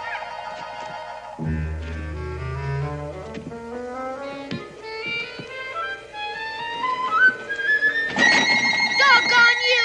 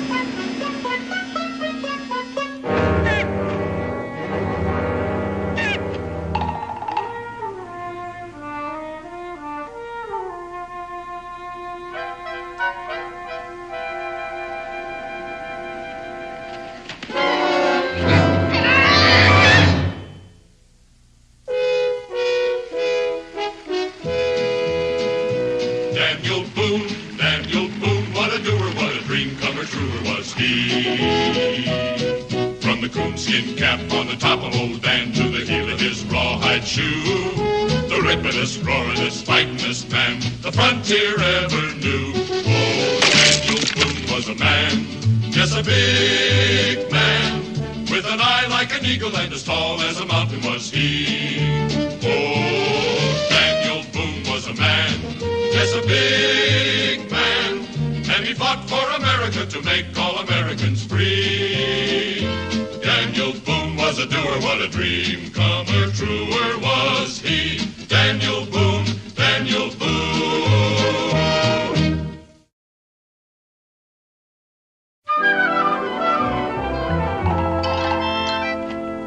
You'd run into a wall and dashed your poor brain out if I hadn't stopped you, lad. Yes, sir, I suppose. Was that a real man? That he was. So small. Yeah, that's why we call him Short Joseph. He was a good shipmate. Will Scataway's my name. I'm a seafarer lad. Israel Boone. What was that name again? Israel Boone. My father's Daniel Boone. You probably know him. Israel? I had a shipmate named Israel aboard the old Peril. He ended up climbing the King's rope. Does that mean hung? Aye, that he was. The King's rope. Died cursing as noble as a belted earl. Is he a pirate? Now, if you're going to use that kind of language, yes. The Jolly Roger was our flag, lad. Buccaneers politer. Square Deal's his name. A deal's a deal's his motto. He stole my newly minted silver crown. Stole? You mean he took it without giving you something in return? A bundle of needles. Well, then stole ain't the word, is it, son? But they weren't even his needles. He took them off my pa's wagon. A deal's a deal. If I were you, I'd hold my tongue. Your honesty is in judgment. Ah, my lad, he takes to you. Here you are, Square Deal. He also took to my silver crown. Well, you shall have it back, my boy, if that's what you desire. Why wouldn't I? Israel? That name takes me back. I tell you, suppose you take back your silver crown, eh, lad? And you give him back his needles. Nothing gained, nothing lost, right? But suppose the next time he's to bring you something 10 times worth what he takes. Where would you stand then, huh? I don't know how you mean. Well, you go back on him now. Could you take advantage of him then? No, you couldn't. Absolutely not. Will you share a little rum with us, huh? No, sir. No, thank you, sir. All right, here you are, Square Deal. There you go. Now, let's see. What can I offer you? Coconut. Coconut? Nectar and ambrosia from the South Seas, my boy.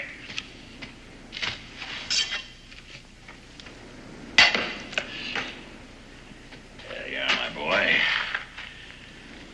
To the 100,000 men, may they rise up from the dead. And may we prove to be true shipmates to the end. Drink up, lad. Drink up. Will Scalloway! Will Scalloway! Somebody's calling you. Yeah, I heard. Go on. Get out there. Let him see you.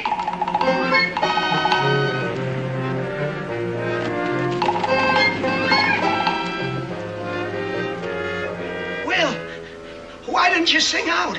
I came with... Belay that! Son, you'd better go. Fly with me! Fly with me! Thank you, I'd like to. Glad to meet you, sir. Yeah, same deal. Thank you for the coconut. Yeah, thank you for the coconut there. Will, That's a Daniel Boone's young sprout. Daniel Boone?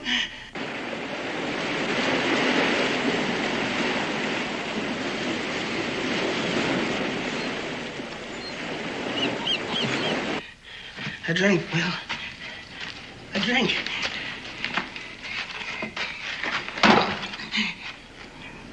Have you got the captain's scrimshaw chart?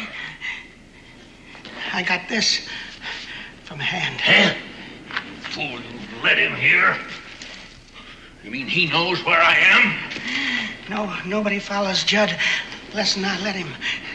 That's why I was by the captain's side at the end. How did you get the chart? Supposing I don't want to say. I spent years with him in the South Seas before he ran out to Jolly Roger. And I'm the only man that can read that chart. If I croak, you'll never get one doubloon from off the golden line. The captain was a pretty clever man, burying his boys and his treasure. And without his chart, you can dig this cove from end to end to end. Poor Judd. There's a chart. What'll you do with it, mate? Curse he for croaking. Curse hand for croaking. Where's that chart?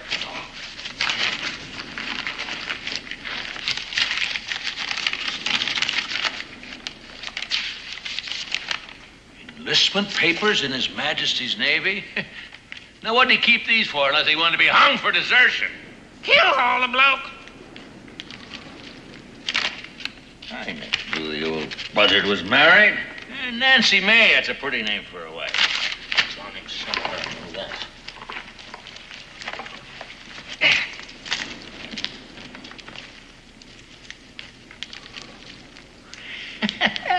The old miser. What's that chart?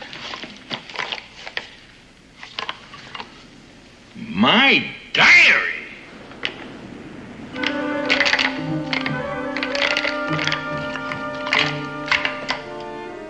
Captain's mark.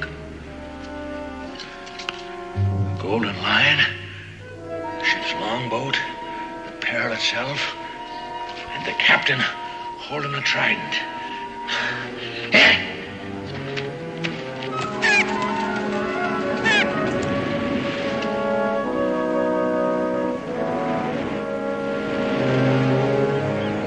Thank you, Captain. You'll be a rich crow come nightfall. Let down the hatches, storm ahead. Huh? The Boone lad? You shouldn't have invited him back. Breakers ahead.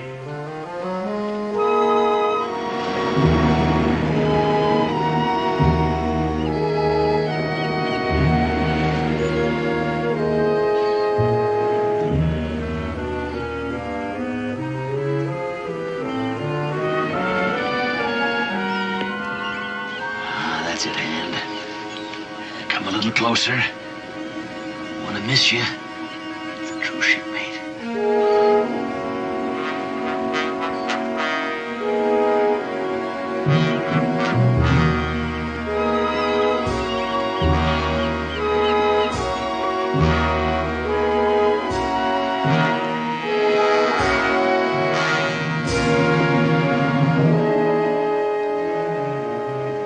Thank you, mate.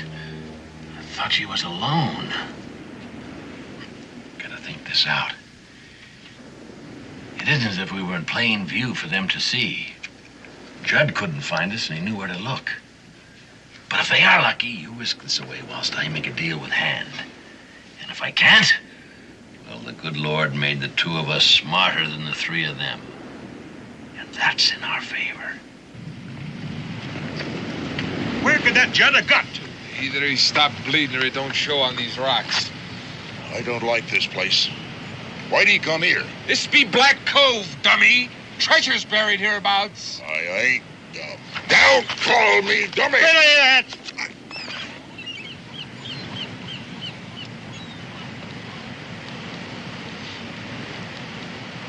Sorry, Gentle Sam.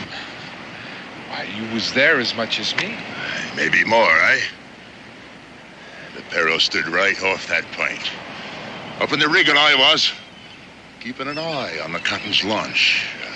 She rode low in the water, lads, from the weight of gold doubloons. I always admired the captain for that bit of work. Went ashore he did with 4 men. When he come back, he's all by himself. Not a scratch on it.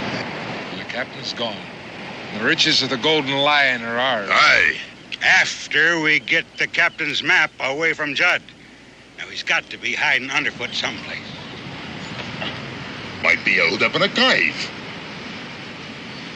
Listen to Gentle Sam. He could be right at that.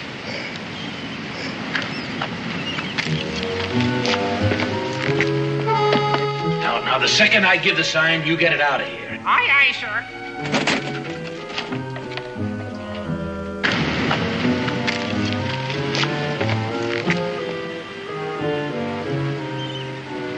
Maybe he's hiding over there in them hills.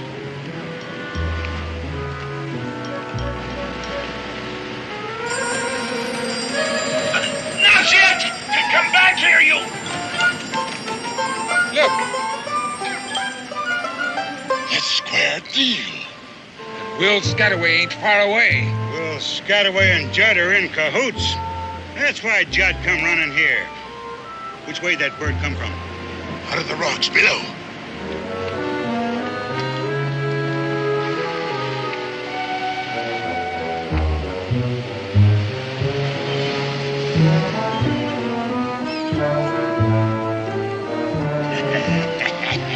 Right where I said. Spread out. Keep low behind the rocks. They know we're here. Watch out for Will Scataway. He'll have a trick up his sleeve.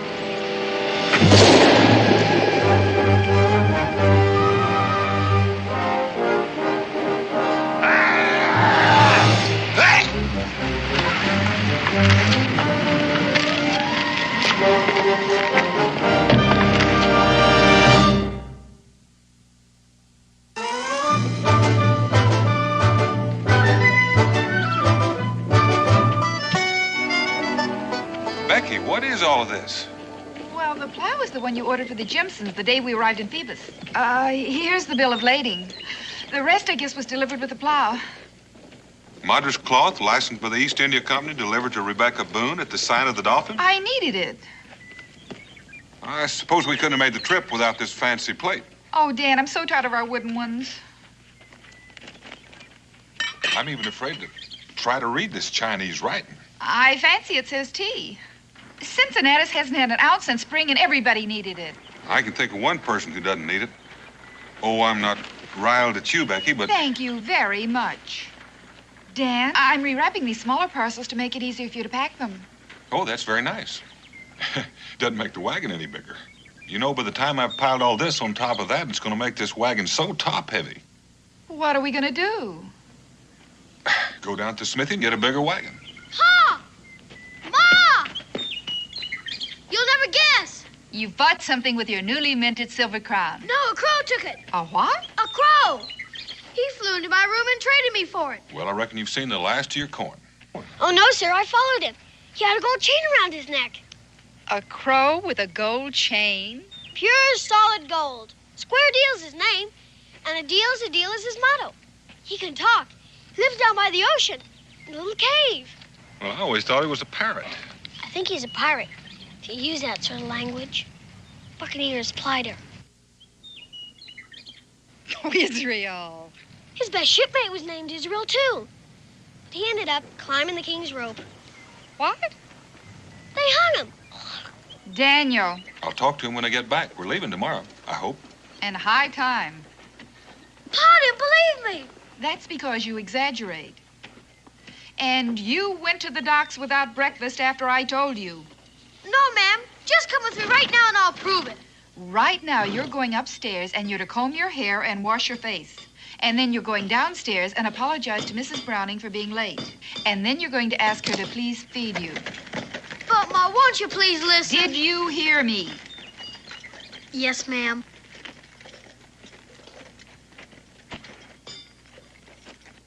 Hey, these are pretty. Yes, ma'am. I'm going. But I did say talking crow.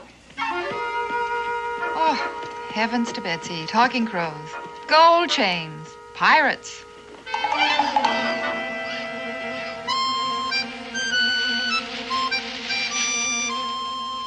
Delivered to Rebecca Boone. Sign of the Dolphin.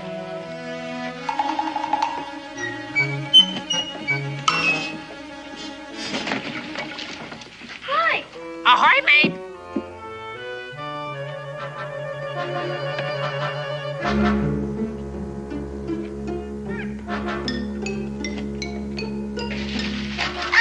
Hey!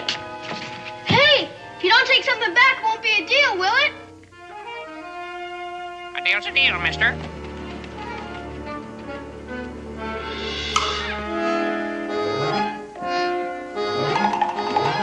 Well, at least you got something. Evidently, it's ivory. But it's real ivory, too. Well, Scataway sure was right. But this is worth 100 times more than that old crown.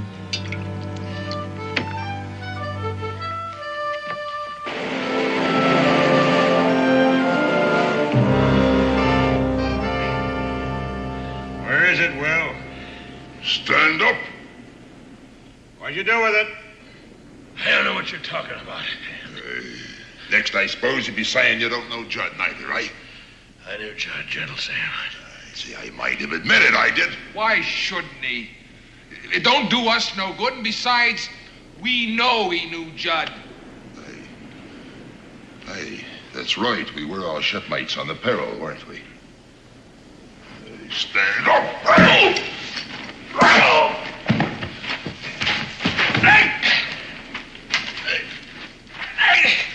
Ready to talk now?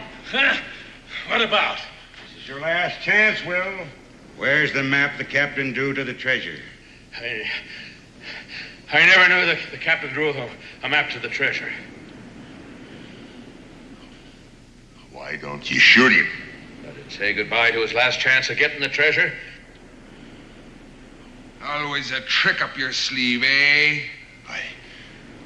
Make him swear on the skull.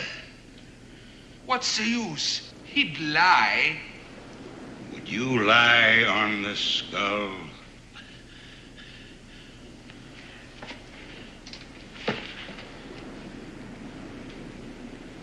This looks like Short Joseph. It is. He couldn't lie on Short Joseph. Not hardly. Now listen to me, Will. When the captain buried the treasure off the Golden Lion, he drew a map so he could find where he buried it. That sounds reasonable. It's a fact. Otherwise, he might as well have thrown the treasure overboard. When they held the captain to be hanged, I offered him a monarch's funeral for that map. Shipmately thing to do. The captain gave the turnkey his gold earring to throw Hand out of the cell, which was Hand's good fortune. Otherwise, they might have kept him and hung him. Now, Judd was with him at the end. Why? To get that captain's map before he danced on air. Hey, Judd practically said so before you ran away from us. Give him the question. Will Scataway lay your hand on the Short Joseph?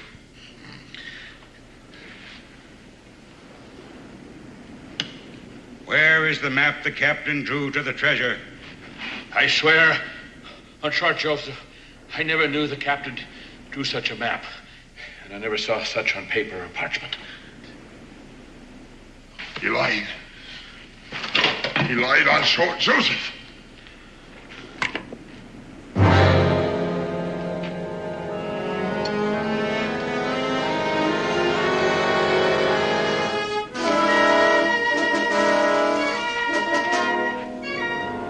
Shipmate or no, there's nothing else I can do with you. Hand! Look at this. The map was folded up inside. Square deal. Will knew I'd be after Judd, so he sent that bird away with it. Where'd he take it, Will? There's no use of asking a man that'd lie on Short Joseph. Well, when a man lives right, his rewards come to him. I must have been living right, not even noticed it. There'll be no getting away this time. Abandon ship! Abandon ship!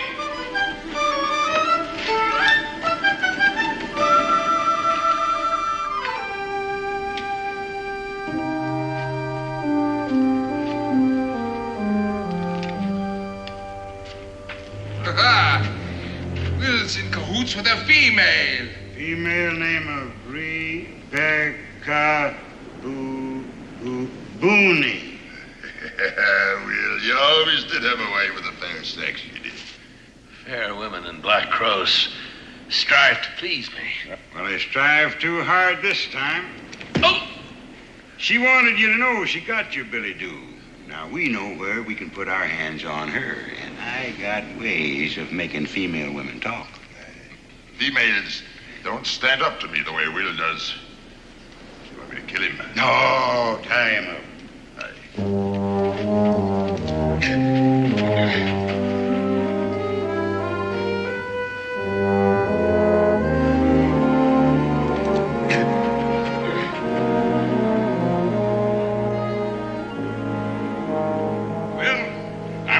You dig up the treasure for me. I'm going to drop you in the hole just like the captain did his four. And you can say your prayers till we get back. Say one for me, Will, if you got time. I truly regret this, Mrs. Boone. On the other hand, I know where Square Deal took the map and I could get it back. If I could get but loose of this thing, if I could... Square Deal.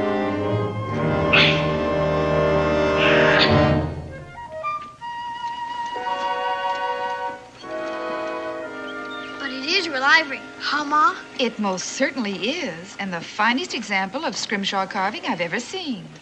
How much money is it worth?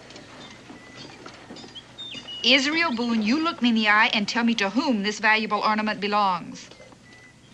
To me, Ma. Don't you dare tell me again a bird brought it. All right, I won't.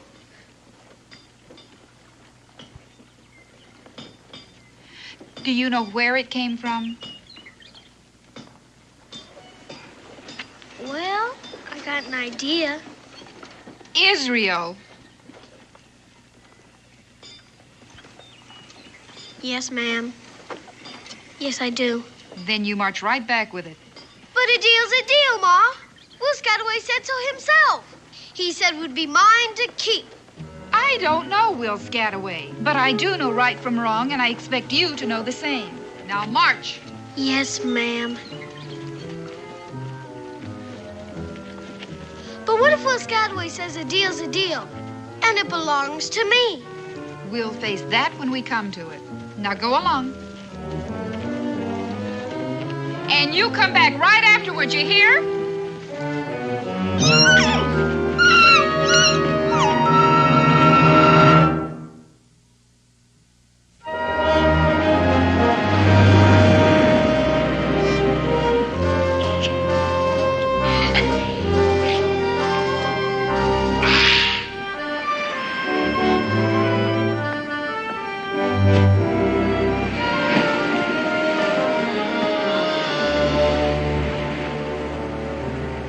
He didn't think much of his trade once he got it home. Israel! Israel, my boy! Yes, sir? Are you alone? Uh-huh. Come in, boy! Come in! Yes, sir.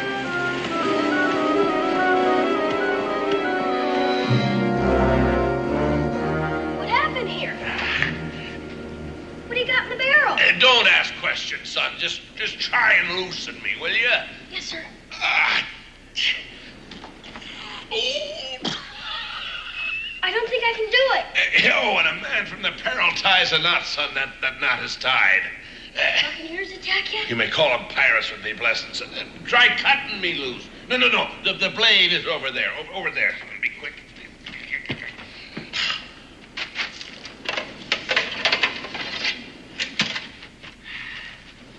This is sharp. It had to be. Belonged to the head chopper of the Tower of London, boy. Do you mean he cut off heads with it? And he did the job so neat. After he cut a head off, he had to give the fellow a pinch of snuff to see if it were properly done. Oh.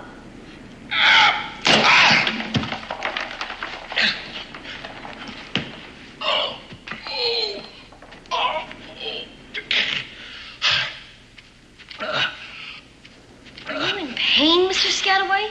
No, son. I'm just getting the circulation back in the old limbs, that's all.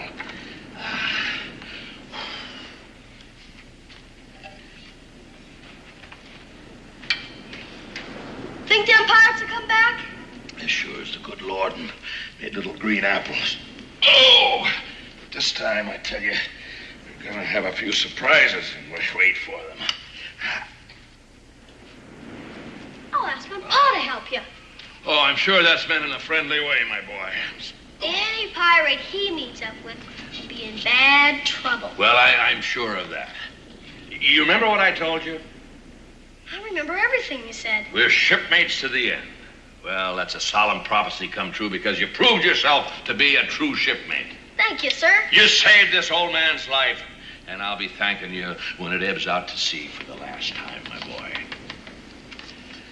Shipmate, your other prophecy also turned out to be true. Who did it now? You know, the one about not taking back my newly minted silver crown. Deal's still a deal, isn't it? Well, sure. Why not? Well, Square Deal already traded me this.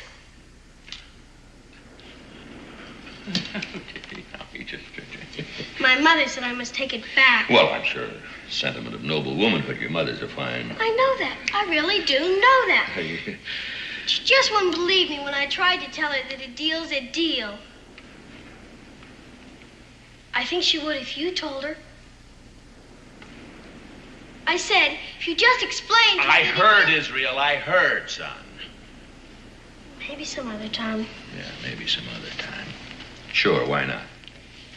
Except we won't be here. You won't be here? Well, why won't you be here? We're going home. All Ma and Pa have done in Phoebus anyhow is buy stuff for the folks in Boonesboro. No, look, lad, before you go home, I wouldn't want you to be disappointed, see? So I'll trade you back this fine, freshly minted crown, you know, for that little piece of broken down ivory there. No, thank you. I like the ivory better. Bye. Bye, son. Wait a minute. Look, do you happen to be a card player? We've got an author's deck back home. No, that's one I don't know, authors. Well, say it out 3 Shakespeares.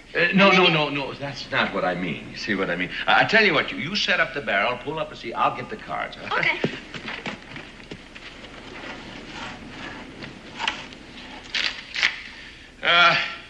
Here's a little card game, a seafaring game. We call it cutthroat in the forecastle. Why do they? Well, we'll just play a few games in the open, you know, till you learn the ins and outs of it. There you are. Cut. And you need it.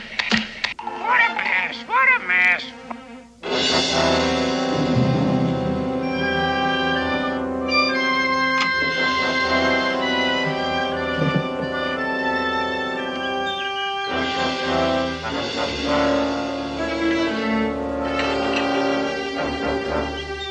Becky?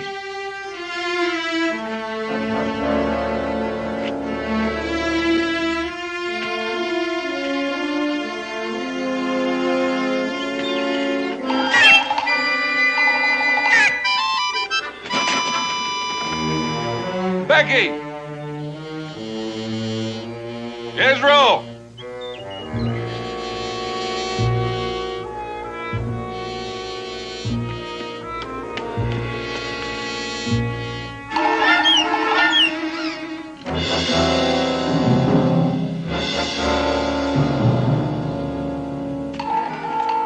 What a mess! What a mess! Well, a deal's a name. A deal's a deal. Israel told me about you, but I didn't believe him. Israel climbed the king's rope. What's this about Israel? They hung him, stupid. Must be something wrong with me talking with a crow. Now get out of here. Foul weather at the cave. What's this about the cave? Batten down the hatches, storm ahead.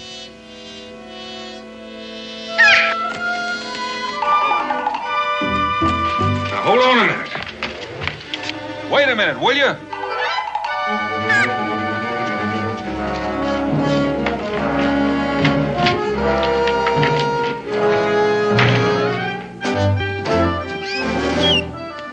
Go ahead and don't lose me.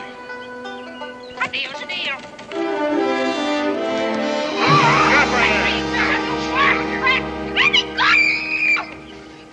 All right. Where is it, Beck? Where is what? Where is that treasure map? I don't know anything about a map, and I don't know anything about a treasure.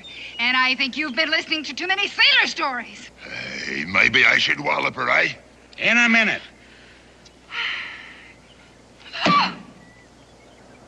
It's up to you, Beck. Oh, don't call me that. All right. Miss Boone, then. Mrs. Daniel Boone. Daniel Boone? Oh, I even heard of him. Well, Will Scataway and Daniel Boone are in cahoots. So the holier-than-thou Daniel Boone is as much a pirate as the rest of us. Dan is no pirate. Mrs. Boone, You have just been promoted to hostage. He'll give up the treasure to get his missus back, or his half of it anyhow. How about Will? Well, if Dan wants to split his share with Will, that's up to him. Mad! You're all mad! Boone is even sneakier than Will is. He'll have bear traps hid all up and down that cliff. My Dan is not sneaky, and if he were here, you wouldn't say that. Stand your hatch. Typhoon, I'm not your leader because I'm simple-minded. I'm tactical. Surprise is the road to booty. Take her away. All right, you.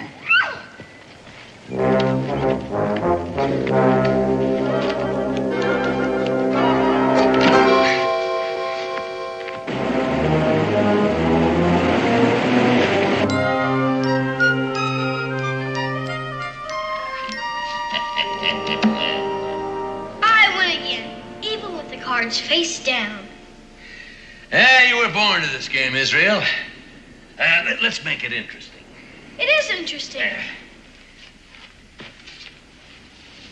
You like my head chopper sword? Oh, yes. As much as that ivory trifle square deal traded you? Well... How about the sword and these golden doubloons? Gee. I'll bet you the lot against that ivory trifle. Oh, no. Oh, why not? I'm not allowed to bet.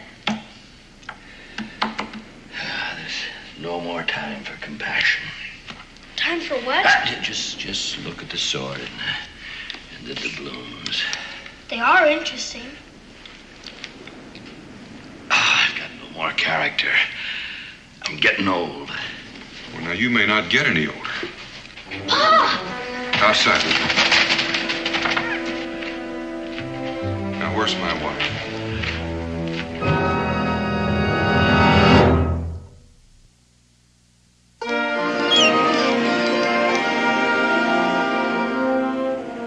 Standing watch, mate. Standing watch. You stand watch for both of us.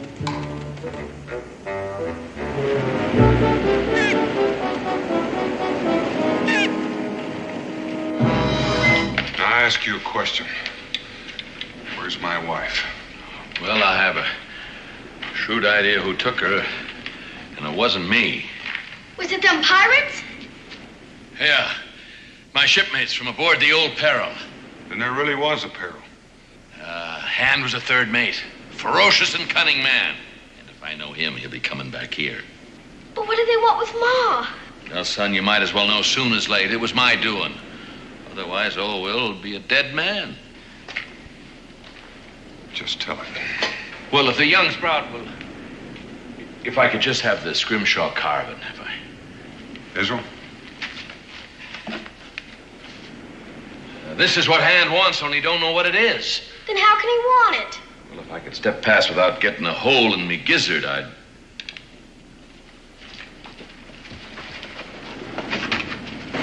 Gaze upon Black Cove. First time I laid eyes on it was 2 days after we sacked the Golden Lion. Ah, the Golden Lion. A rich prize she was. Every man Jack on the Peril put his back into the task as we raised every inch of sail and clothes for battle.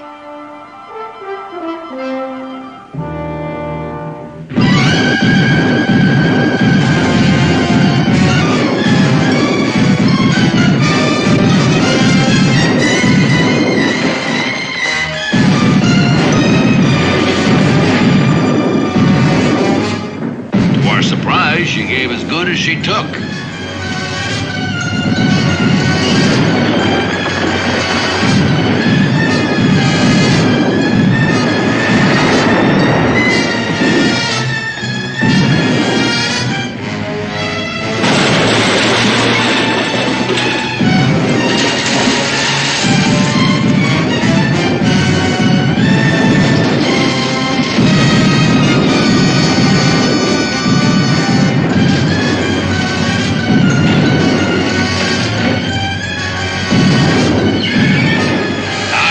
See Short Joseph at the wheel when he ended his days.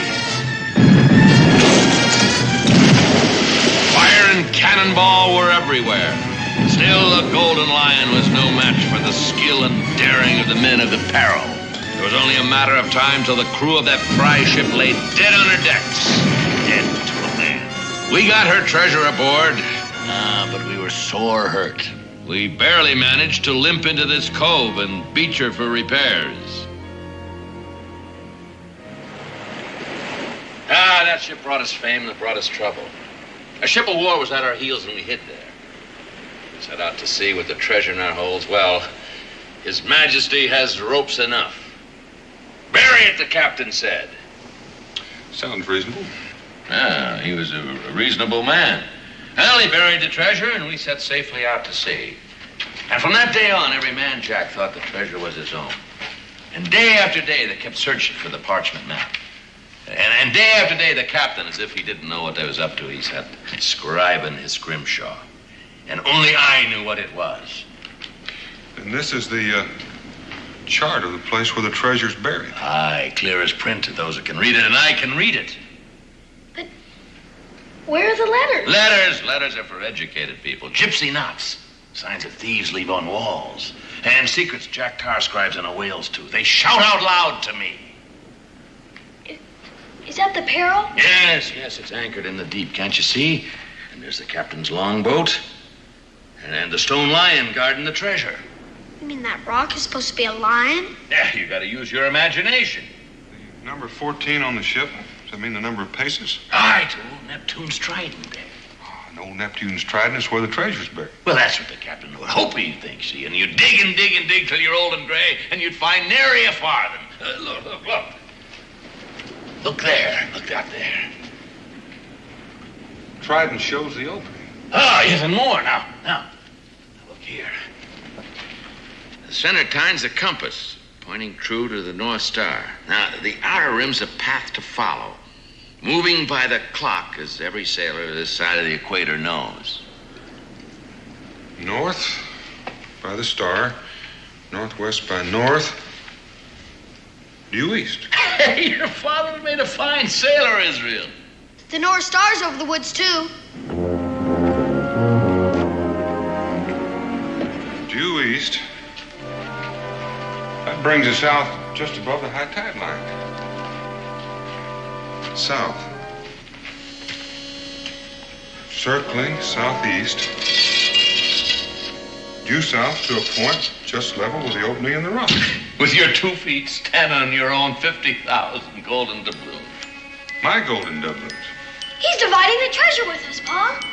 Well, now, Israel, you've got to own before you can divide. Well spoken, Mr. Boone. Shoot him, Mr. Boone. That's hand. No, Pa. They'll kill Ma. It's all right, Israel. Mr. Boone, looks like we both got what the other one wants. Are you all right, Becky? Yes. Oh, she's all right for now. He won't hurt her unless I say so. But if I do... That old square deal was supposed to be standing guard. Foul play, mates, foul play.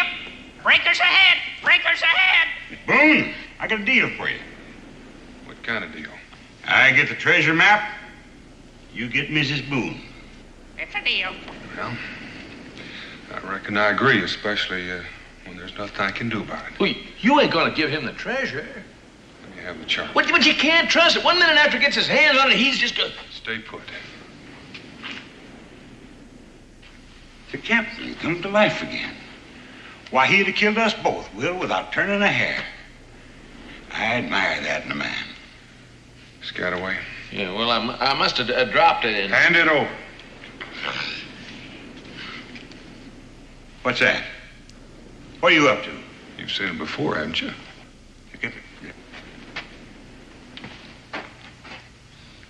Captain Scrimshaw. No wonder we were never able to find that chart. He never even bothered to hide it.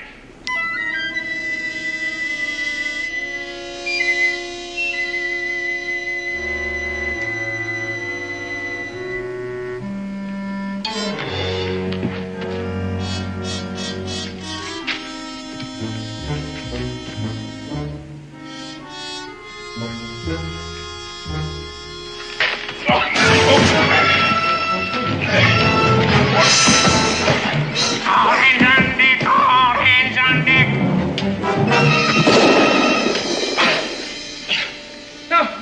do that for?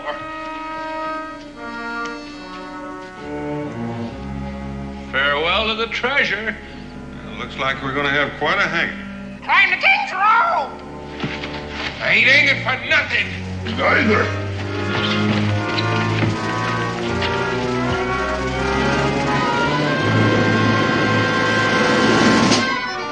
Don't let him get away. Paul let him get away. And we're all alive. What difference does that make?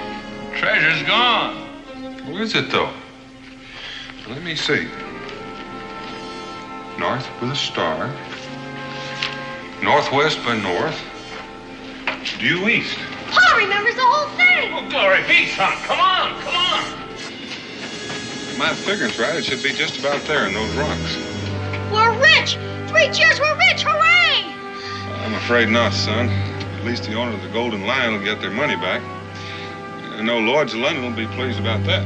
Well, unless they're told, they'll never know. They will. Here, but suppose I say you take 2/3, we forget Lloyd's, both of us, huh? Paul wouldn't do a thing like that. Well, I found out a man loses his character and grows soft with advancing age. And I suppose the same is true with you. Well, anyway, Lloyd's of London is offering a reward. Well, now, I've heard that, Israel, but don't count on it. Now, you don't suppose. Well, now, if it comes, it's all yours. Well, that's something anyhow. Let's start digging. It's a deal.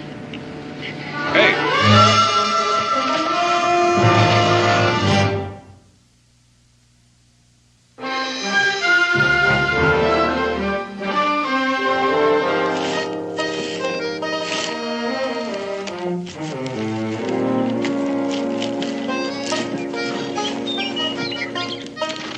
All right, Will. Aye, mate. All right, make her fast. Yeah, taut as taut can be.